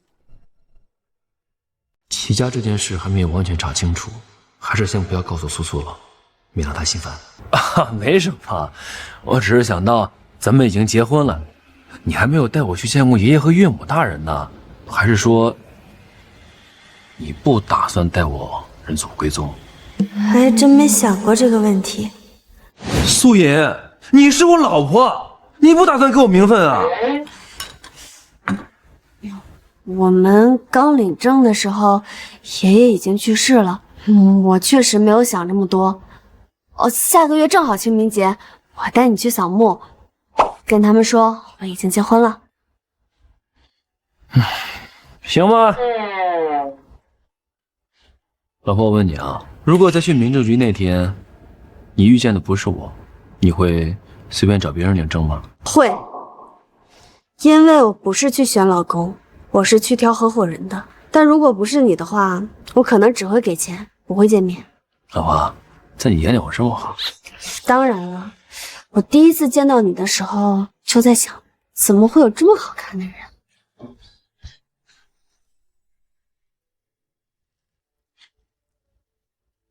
原来苏苏只喜欢我的外貌呀！原来苏苏只喜欢我的外貌呀！是不是？是不是？是不是？是不是？对，啊，我就是喜欢你的外貌。等你年老色衰了，我就找个188的男大。你可不咬死你！你属小狗的，你还咬人？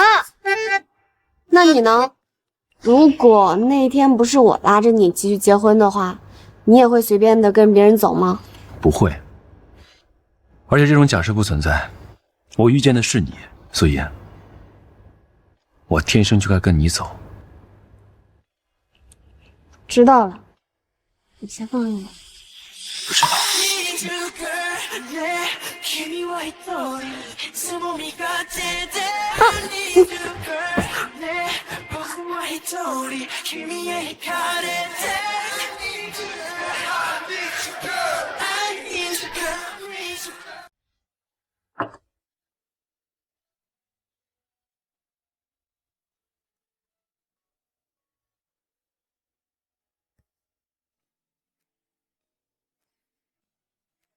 我昨天就不能任由他胡闹，这以后怎么指示客厅啊？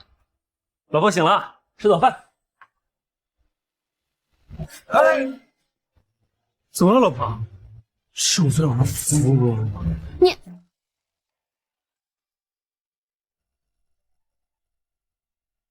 有事？小野啊，你都好长时间没回来了。你少恶心我，挂了。哎，小野，先别挂。安如雪这件事呢，我都已经知道了，是我对不起你。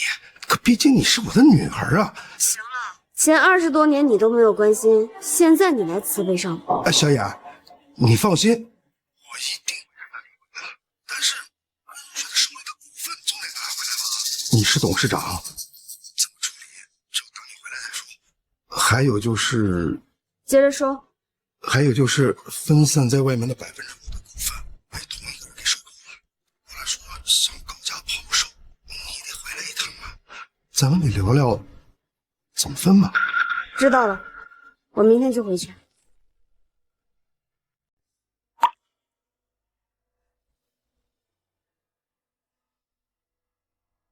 怎么了，老婆？我明天要回一趟老宅，家里出事了？苏俊要跟安如雪离婚。想跟我聊聊股权分配的事情，想让我回去一趟。你那个渣爹回心转意了，我不信。我猜是安如雪让他打的这通电话。你那个渣爹，他这么听安如雪的呀？还连起手来坑他的亲生女儿？老婆，你该不会不是亲生的吧？我也希望不是。这些年来，苏军的生意都靠安如雪打理，他当惯了酒囊饭袋的废物，他清楚的知道，我当上董事长。他的好日子就到头了。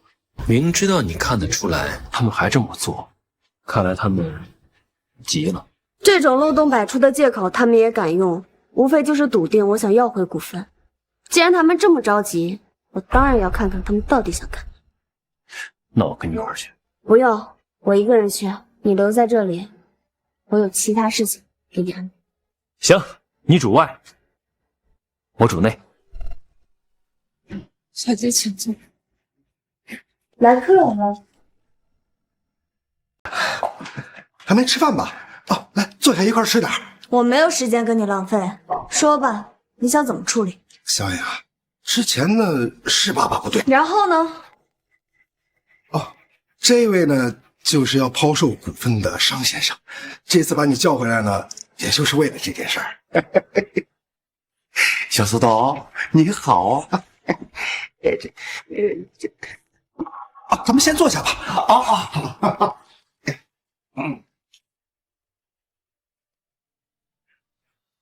是我呢要抛售股份，所以就请苏先生帮忙联系了您。商先生，您是说5%的股份都在你的手里？是啊。想要收购这些股份并不简单，您为什么要全部卖掉？之前呐一直在山海沉浮，如今呢年龄也大了，不想管喽。我计划呀抛售我所有的股份，好颐养天年嘞。是吗？董事会的股东也才只有2%的股份，您的这些股份已经算是大股东了。我想问一下，邵先生，您是在哪里收工？这个小苏总啊，你管的未免太多了点吧？你只不过是个买家和我见面，就算你苏家不买，我照样卖给其他人。邵先生，先坐，咱们先吃菜，边吃边聊啊。小杨，商先生要是不想说，你也就别问了。这个呢是商先生带过来的酒，你尝一尝。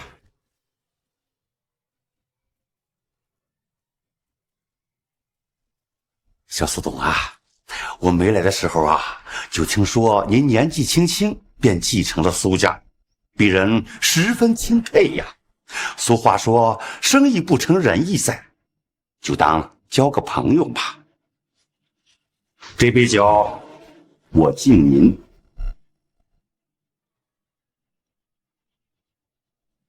小苏董，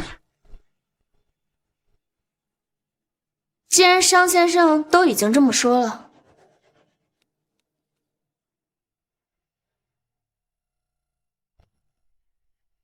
好，小苏董果然爽快呀。说吧，商先生5%的股份，您开价多少？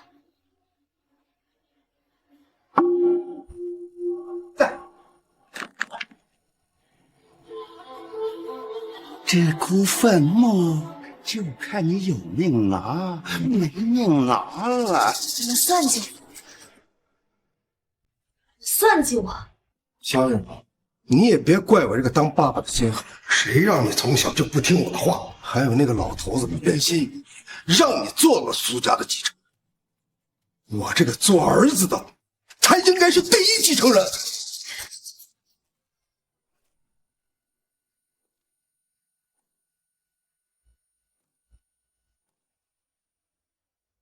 是你给我下药？当然是我。11年前给你下蛊毒的人就是我，苏怡，你早就该死！你早知道一个蛊毒就可以制服你，我何必费那么大的劲儿跟你争来争去的？真没有想到，你还真相信苏剧的话。难道一个堂堂的董事长还渴望父爱这种东西啊？真敢一个人过来！我是说你没有戒备心呢，还是说你太蠢了？所以，我赢了，苏家马上就是我的了。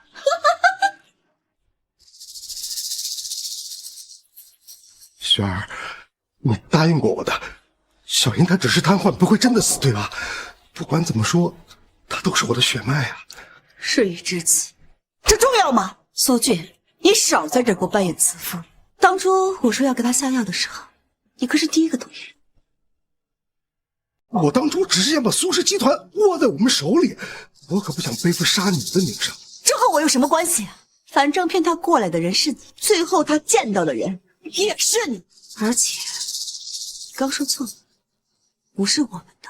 什么？我是说苏氏集团不是我，是我的。你可是一点股份都没有，我才是苏氏最大的股东。雪儿，你好了，先出去吧。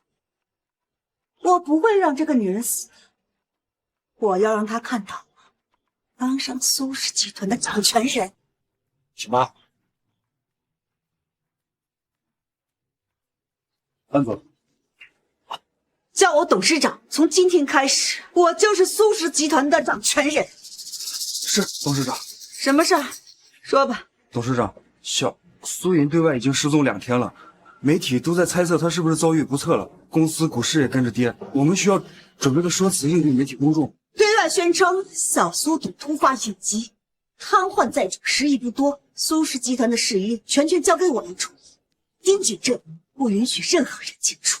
是，您放心，这里一只苍蝇都飞不进来。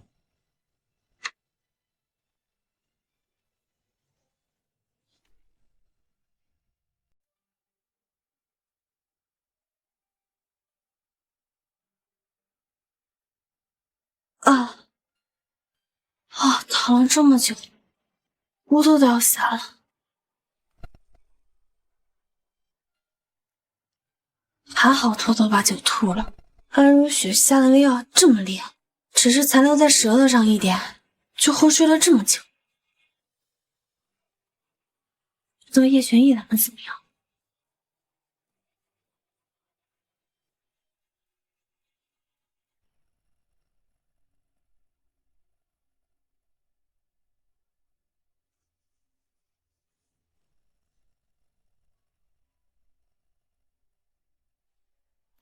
双语应该一直在，现在巡逻的人太多，还不能打草惊蛇。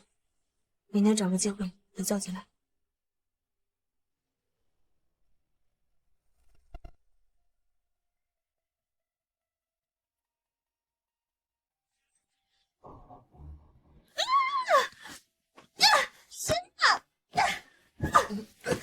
老婆，早上好。叶玄逸，好玩吗？老婆大人，咱都2天没见了，你不想我就算了，你怎么还打我？叶玄逸，你要是再敢这么吓我，我以后就剥夺你上我床的权利。老婆大人，罪不至此啊。外面情况怎么样了？外面都传进时日不多了，还有那个安如雪已经接管了苏氏集团，还对外宣称自己是什么代管董事，小人得志的样子。那就让他再得意一些。老婆大人，需要我为你做点什么？他不是希望全世界都知道吗？那就造势，让知道的人越多越好，让他下不了这。渣。小事一桩。对了，啊，你怎么来了？哦，我来给你送早饭来了。哎，给你准备了点清淡的，你这2天刚醒，不能让肠胃受刺激。外面这么多保镖，叶玄逸出入这里跟自己家一样，不知道安如雪知道会不会吐血？你怎么知道我今天会醒？我不知道啊。好，我每天都会过来检查你的情况，给你喂解药。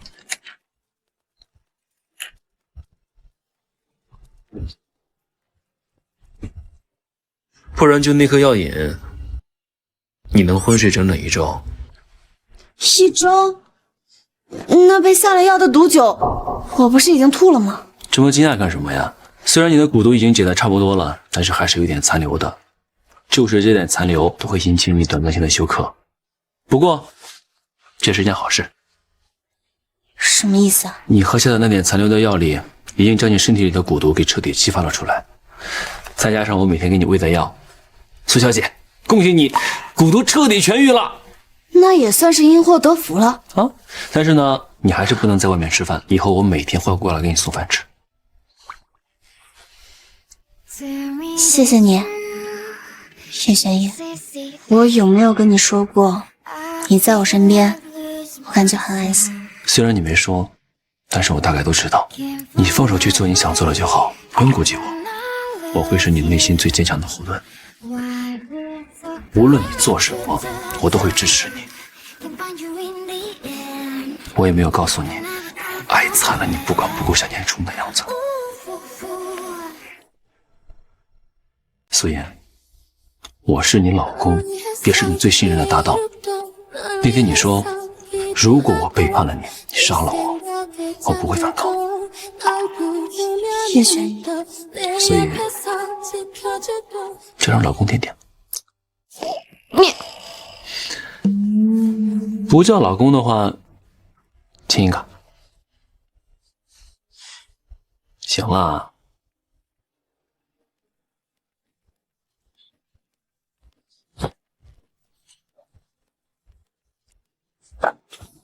叶玄逸，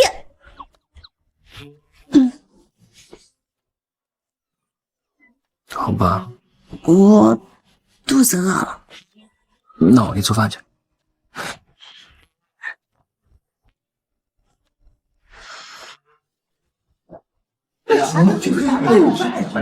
董事长，你也来了。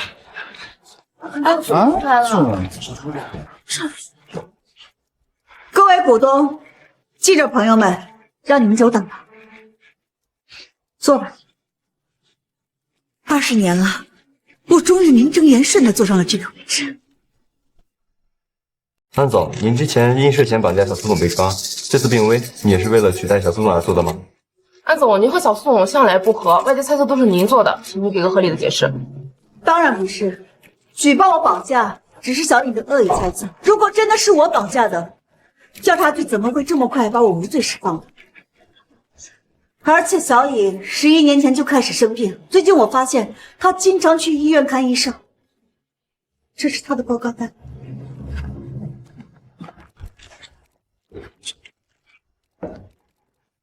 看来小苏董是真的生病了。安总，那您作为苏氏最大的股东，是要继任董事长吗？是的，今天把大家请来呢，是想让信赖苏氏集团的各位不要担心，小苏董正在极力抢救。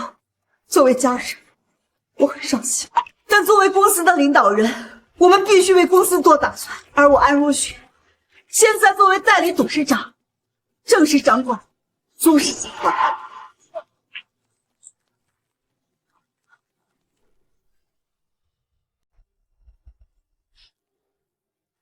少主夫人，我们按照您所说，大规模造势，让外面所有人都以为您即将病危去世。这次闹出这么大的动静，安如雪一定以为自己得偿所愿，她身后的人不可能没有动作。您的意思是，这安如雪一定会去汇报？这次闹得这么大，就是为了以蛇出洞。双月，从现在开始，你盯紧安如雪，她有任何的动向，包括跟谁通电话，都告诉我。是。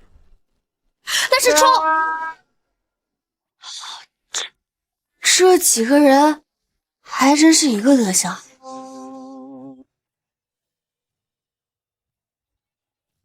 少主夫人，他已经进去了，地址我马上就发给你。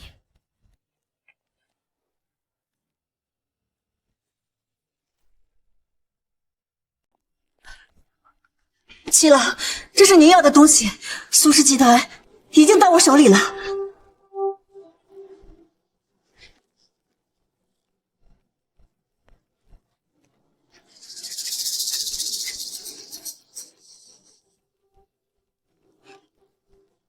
苏尹死了，快了，他现在已经深度昏迷，我让我的人已经看管着呢。你这么确定，他不会再醒？确定。七老，我已经做到了，那我的解药是不是可以？等苏家彻底覆灭，我自然会给你。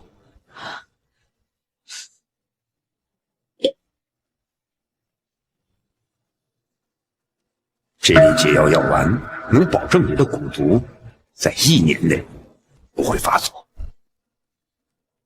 谢谢秦老，谢谢。都给我滚开！苏雨，这不可能！安姨太，好巧。七老，这是怎么回事？我明明已经给他下药了。七老，终于见到你了。你没死，也没中毒，你绕了这么大一圈，就是为了来见我。是，安如雪只是一枚棋子，我当然要看看下棋的人是谁。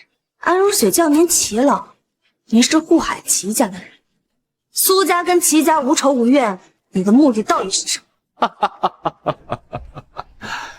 手段这么毒辣，而且还这么利落，跟你妈妈可一点不像。你认识我妈妈？你会知道的。我们很快还会再见。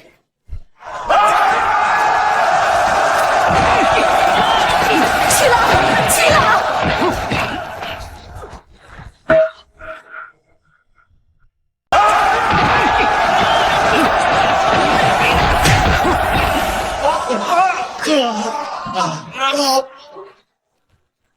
少主夫人，少主夫人，是属下失职，这里没有地下通道，还是被他们逃掉了。不怪你，这里只是他们的临时根据地，做好了随时逃跑的准备。我们当然追不上。是，这个人该怎么解决？完了，全完了！看来你被放弃了，一个弃子。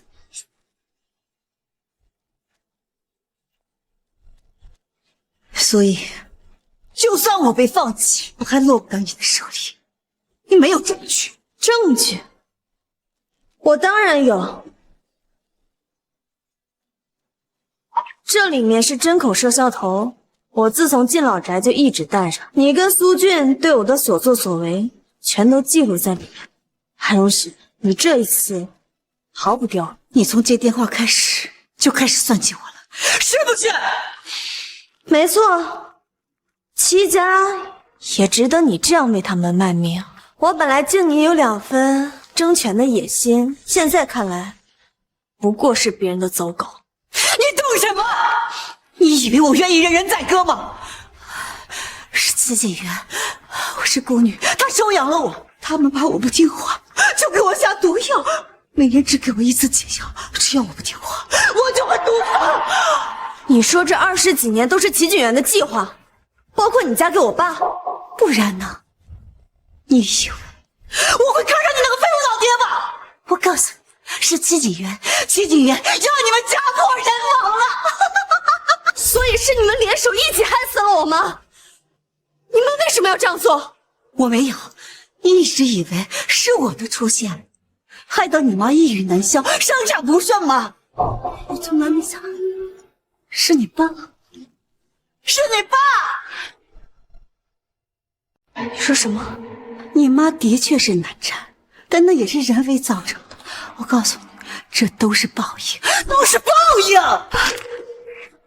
你把话给我说清楚，说清楚！苏俊在你妈孕期的时候是出轨我没错，但是我只是想让他们分开，没想让他死啊！说重点！害死你妈的人是苏俊！你妈拿孩子胁迫苏俊和外面的女人分开，苏俊表面上他是答应了，可是在你妈生产的时候呢，苏俊作为丈夫进去陪同，趁医生不注意的时候就引导你妈生气，导致血崩。你该恨的人不是我，而是你爸苏俊呀！苏俊那个畜生从来都没想过让你妈从手术台上下来，这些年你对付错了人。苏俊看起来懦弱可欺，实际上又蠢又坏。你妈爱上了这样的男人，还为他生孩子，可结果呢？不像我不爱男人，我只爱权力，所以到现在我什么都有了。你妈这一生可真是可悲啊！少主夫人，把他关起来。是。苏颜，告诉你妈不姓唐，她姓齐呀，她姓齐。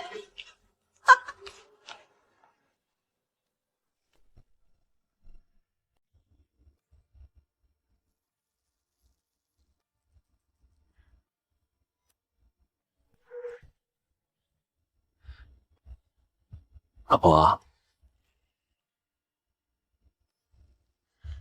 怎么了？刚才出去的时候还斗着阳的，怎么回来一蹶不振了？我在想一件事情，我好像对我妈一无所知。双羽说你见了齐家的人。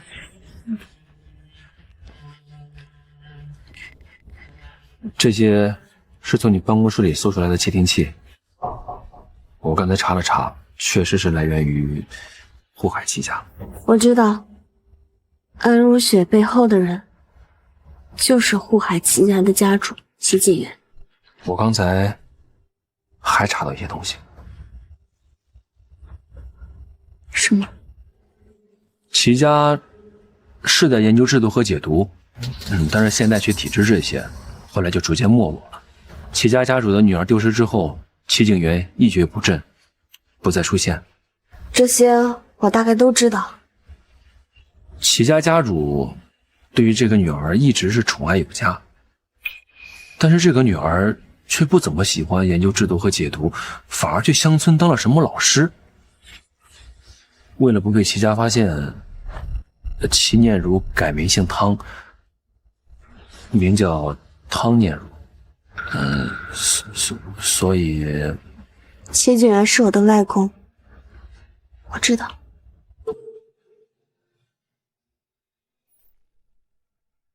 其实一开始见到他的时候，我就猜到了，苏家跟齐家无仇无怨，齐景元却布局这么多年，想要置我们于死地。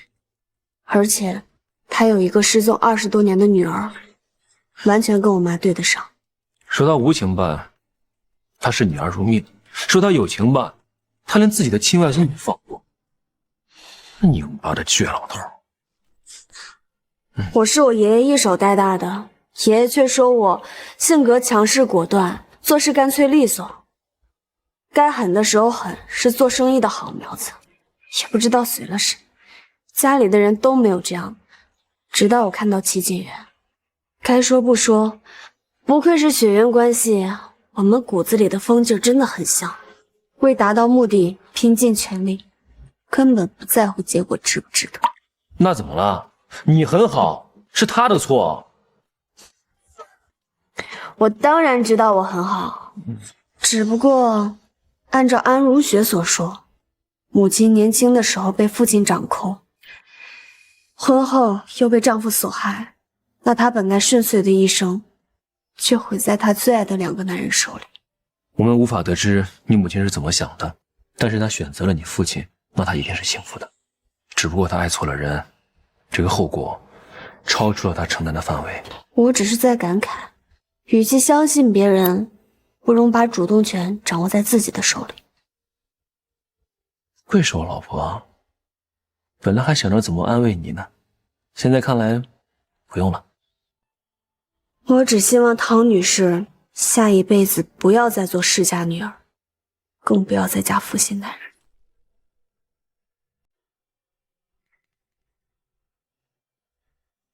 安如雪已经被我关了起来，当时场面混乱，让齐家人给跑了。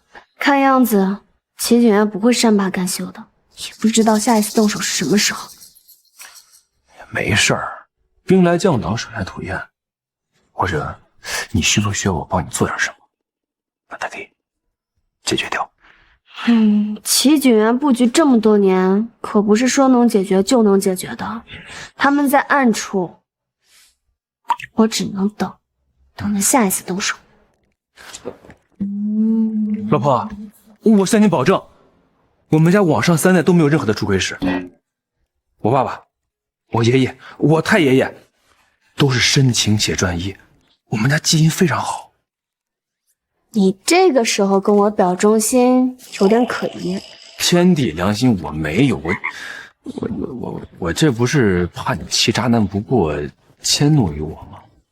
人家都说了，原件正确，这个复印件才正确。我这个复印件可是无比正确。目前看起来还不错。没关系，老婆，我会用一生的行动去证明，你看男人的眼光和你看世界一样准确且妥了。不过话说回来，老婆，咱们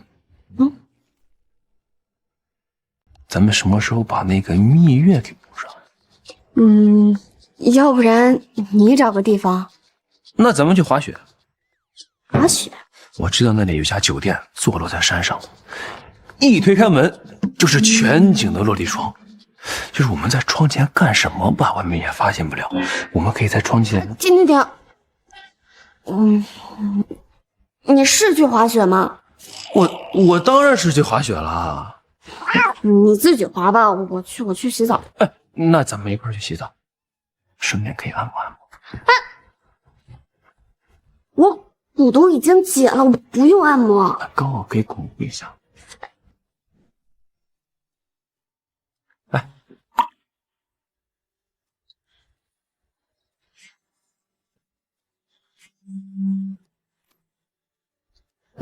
喂，董事长，出大事了！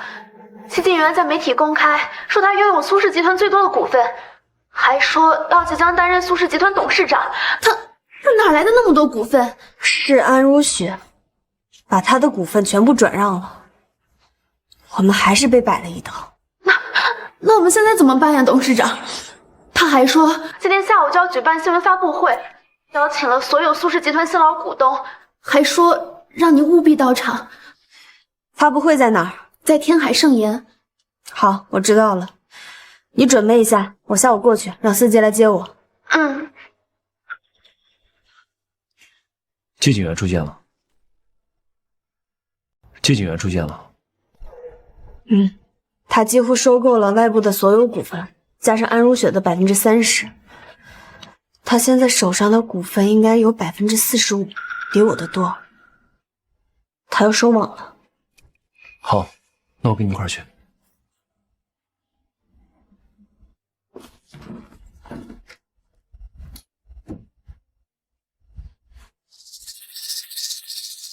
七老，求您了，七老，求求七老，七老，求求你放过我们吧！老夫我昨天说了，把你手中3%的股份卖给我，你考虑的怎么样了？七老，求您放过我的家人吧！我是小苏董一手提拔上来的，我不能在这个时候把股份卖掉。看来公司还是比家人重要啊！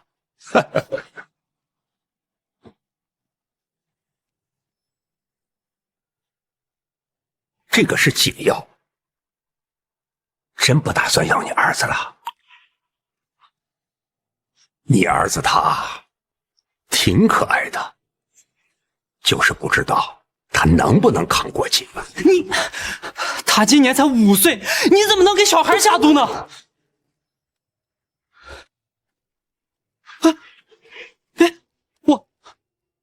我把股份卖给你吧。哎，这就对了嘛，股份哪有儿子重要，对吧？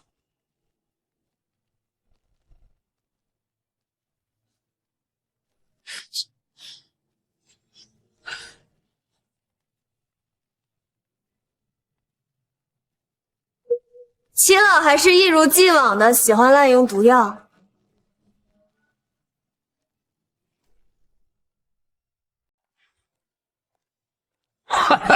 我就说了，我们很快就会见面的，是吧，小苏董？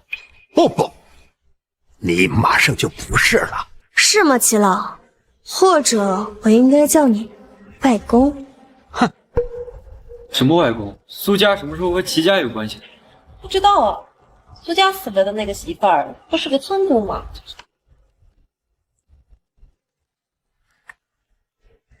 原来你这个废物渣爹在啊！我还以为他没来呢。自己的公司被霸占，这眼睁睁的看着，算什么男人？他向来就喜欢欺软怕硬，只会伤害身边的人，人脚下一个。你又是谁？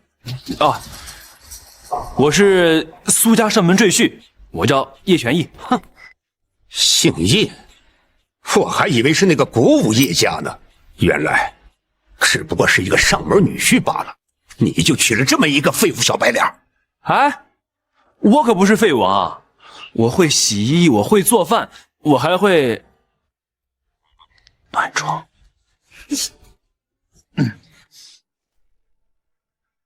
小爷，你刚才说他是谁？当然是汤念如女士的父亲，护海齐家的家主。我说的对吧，外公？我不是你外公，你们苏家人都该死！这怎么可能？念如他就是个村姑，怎么可能是齐家的人呢？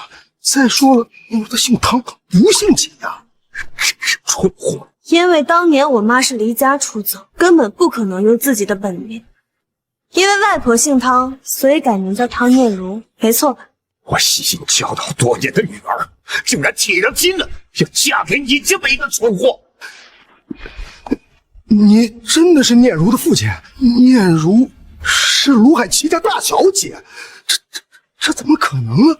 这么说，你是给念如报仇来了？恭喜你，终于反应过来了。再晚一点，苏家就要变成第二个齐家。您既然是念如的父亲，那我就应该尊您一声岳父。那念如她是难产死的，我们也不想那样啊！你不能因为这个迁怒我们整个苏家吧？混蛋孽障！谁是你岳父？谁是你岳父？妈呀！怎么还动手呢？就是妈，这么挺好看。你那么疼爱你的女儿，你干嘛让她流落到村庄？我也舍不得，那是念如她为了追求她自己教师的梦想，连夜逃脱的。我本以为她在外面吃了苦头就会自己回来，可我是万万没想到，在短短几个月的时间里，她遇到了你，甚至和你一起来反抗我。念如她这辈子从来就没和我吵过架，仅仅的2次全都是为了你。知道了，她为了和你结婚，她甚至不承认她是我齐家人，那也是她自愿的。她是自愿的，可你以为你是什么好货色？天天沉湎于酒色，那个安如雪她一出现，你就抛弃了念如。雪儿也是你派来的。我让安如雪来勾引你，那是让念如看清楚你有一个什么样肮脏的灵魂。结果念如还是执迷不悟。你原本只想让他乖乖回家，却没有想到害了他一条命。你为什么不直接找罪魁祸首，而是要蛰伏这么多年？害死我女儿的是你，要不是因为生你这个孽障，我女儿她会死吗？看来安如雪也不是什么都跟你说。你什么意思？我妈根本不是抑郁而死，而是在产房被她活活气死的。什么？你找的安如雪确实是一把好刀，苏俊对她很上心。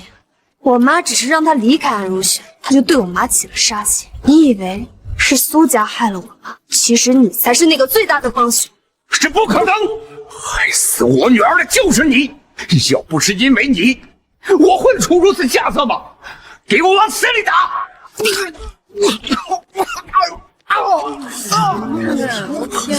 太狠了！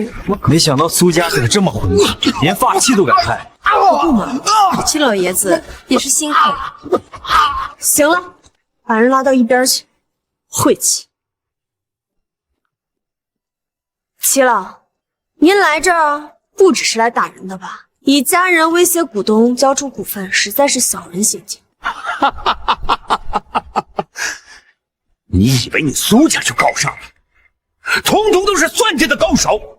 你虽然不像苏俊那么愚蠢，可你和他一样，流着肮脏的血。这股份，我是非要不可。苏爷，你已经输了。我现在手中持有48%的股份，按照规矩，我已经是苏氏集团的董事长。你们苏氏很快就会更名为齐氏。是，你只要再收购3%的股份，就是持有51%股份的最大股东，没有人可以撼动。没错，你们都给我听好了，我现在是集团最大的掌舵人，再加上我齐家强大的势力，你们总不会为这么一点股份得罪我吧？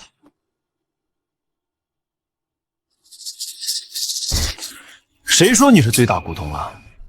一个废物赘婿，你没资格站在这儿跟我说话。他是我的丈夫，我们夫妻一体，我说他有资格，他就有。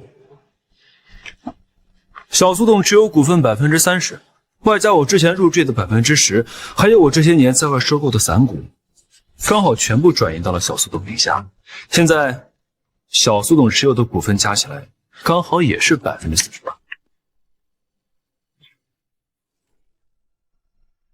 一样的股份，这怎么算啊？这还不简单，看背后的势力啊！股份一样多，那又怎样？我齐家虽然没落，但我各方的势力还在，而且我的生意遍布各地。你呢，小苏董，一个即将落入他人手中的苏家，还有一个毫无背景的小白女儿，你能争得过我吗？你们3个，难道就要跟着这种斗价？其实你们勉强保住了董事长的位子，可你们能做得久吗？你们现在已经是内忧外患，内忧有我48%的股份，外有各个世家虎视眈眈地盯着你的位子想要取代你的位子，我随时可以夺走。小苏董啊，现在集团不稳定，人心涣散，你年龄又小，资历又浅，还娶了这么一穷二白的赘婿。是啊，我们也是迫不得已。就算我们不卖给齐老，你也未必会赢啊，除非你有傅家的帮衬，不然我们也不愿意赌啊。是啊，你们按照你们的话来讲，如果我是世家继承人的话，你们就不会把股份卖给齐老，而是卖给小苏总。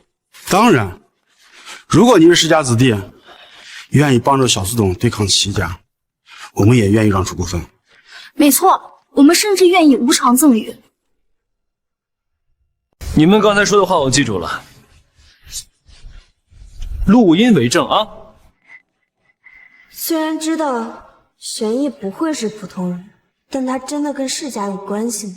你一个苏家赘婿，能翻出什么浪花来？我确实是苏家赘婿啊，但你也没有问我其他身份啊，比如我跟古武叶家有什么关系？古武世家，古武世家，黄狗小孩，也以为你姓叶就能和古武世家攀上关系？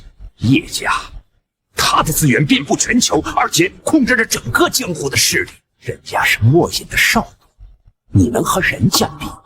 你知道还不少吗？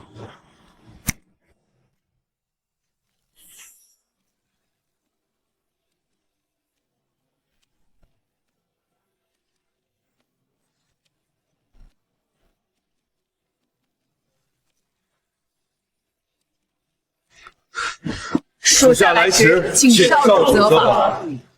我们少主乃是古武叶家的现任家主，也是墨隐的少主。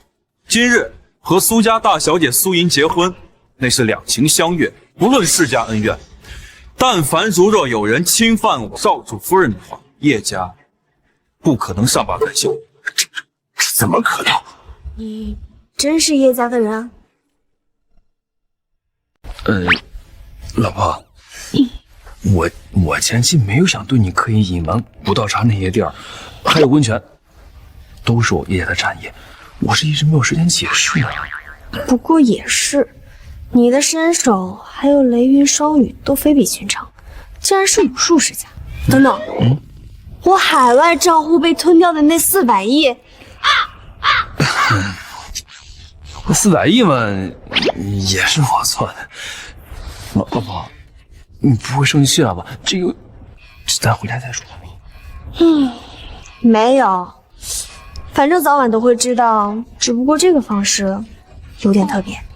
这个标志只有叶家人能使用，世界上没有人可以模仿，真的是鼓舞叶家的人。苏家的赘婿竟然是鼓舞叶家的现任家主，苏家和叶家强强联合，还有其他世家什么事？3位还有其他话要讲吗？刚才你们可是信誓旦旦的说，只要我是世家子弟，你们就会把股份无偿转让，该不会耍赖吧？耍赖也没有关系，你们怕齐老的报复，难道就不怕我鼓舞叶家的报复吗？我这个人吧，虽然没有齐老那么小心眼儿，但是我这个人也是相当护短的。你们敢欺负我媳妇儿，就应该知道有什么下场。把这些转让合同给我签了。签！我们签！你们不能签！出尔反尔！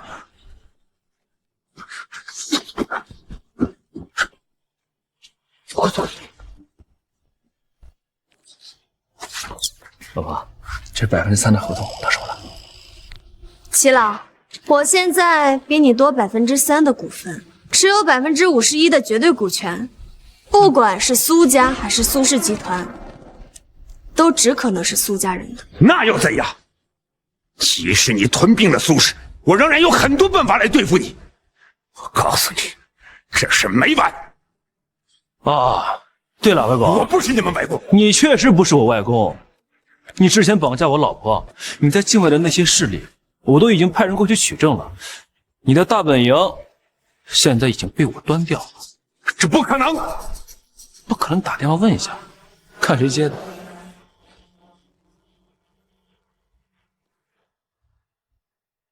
你好，这里是调查局。怎么是调查局？你的人全在调查局，你这些年做的肮脏生意，我都已经全部给了国际部，你就等着来被抓吧。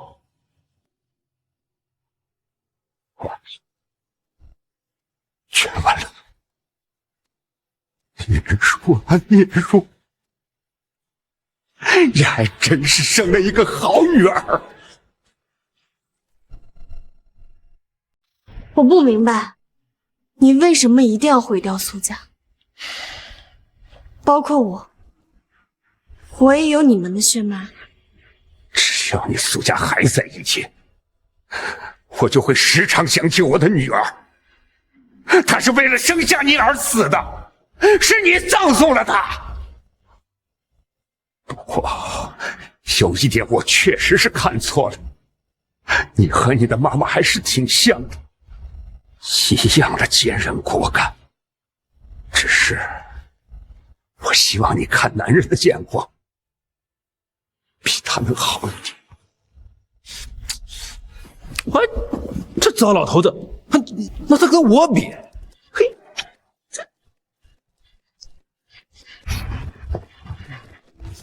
不是说要滑雪吗？怎么又来温泉山庄了？上次你被劫持了，我们蜜月假期都没有度完。这样，咱们先去泡温泉，再去滑雪。你到底记这件事情要记多久啊？那谁让我老婆是大董事长了？抽个假期去旅行都没有时间，我可要好好珍惜跟老婆在一起的每一天。上次泡温泉没有成功，我遗憾了很久。你先给我交代清楚，那400亿是怎么回事？那我真不知道是你的钱，都怪那个雷云，他没提前跟我讲。还有，我账户上多了很多私人岛屿、中立银行。那是我少女女婿的嫁妆。看来你对这个赘婿啊适应啊，我很喜欢，只要是能够对你有帮助的事情，我都乐意去做。素颜，我爱你。我也是。老公。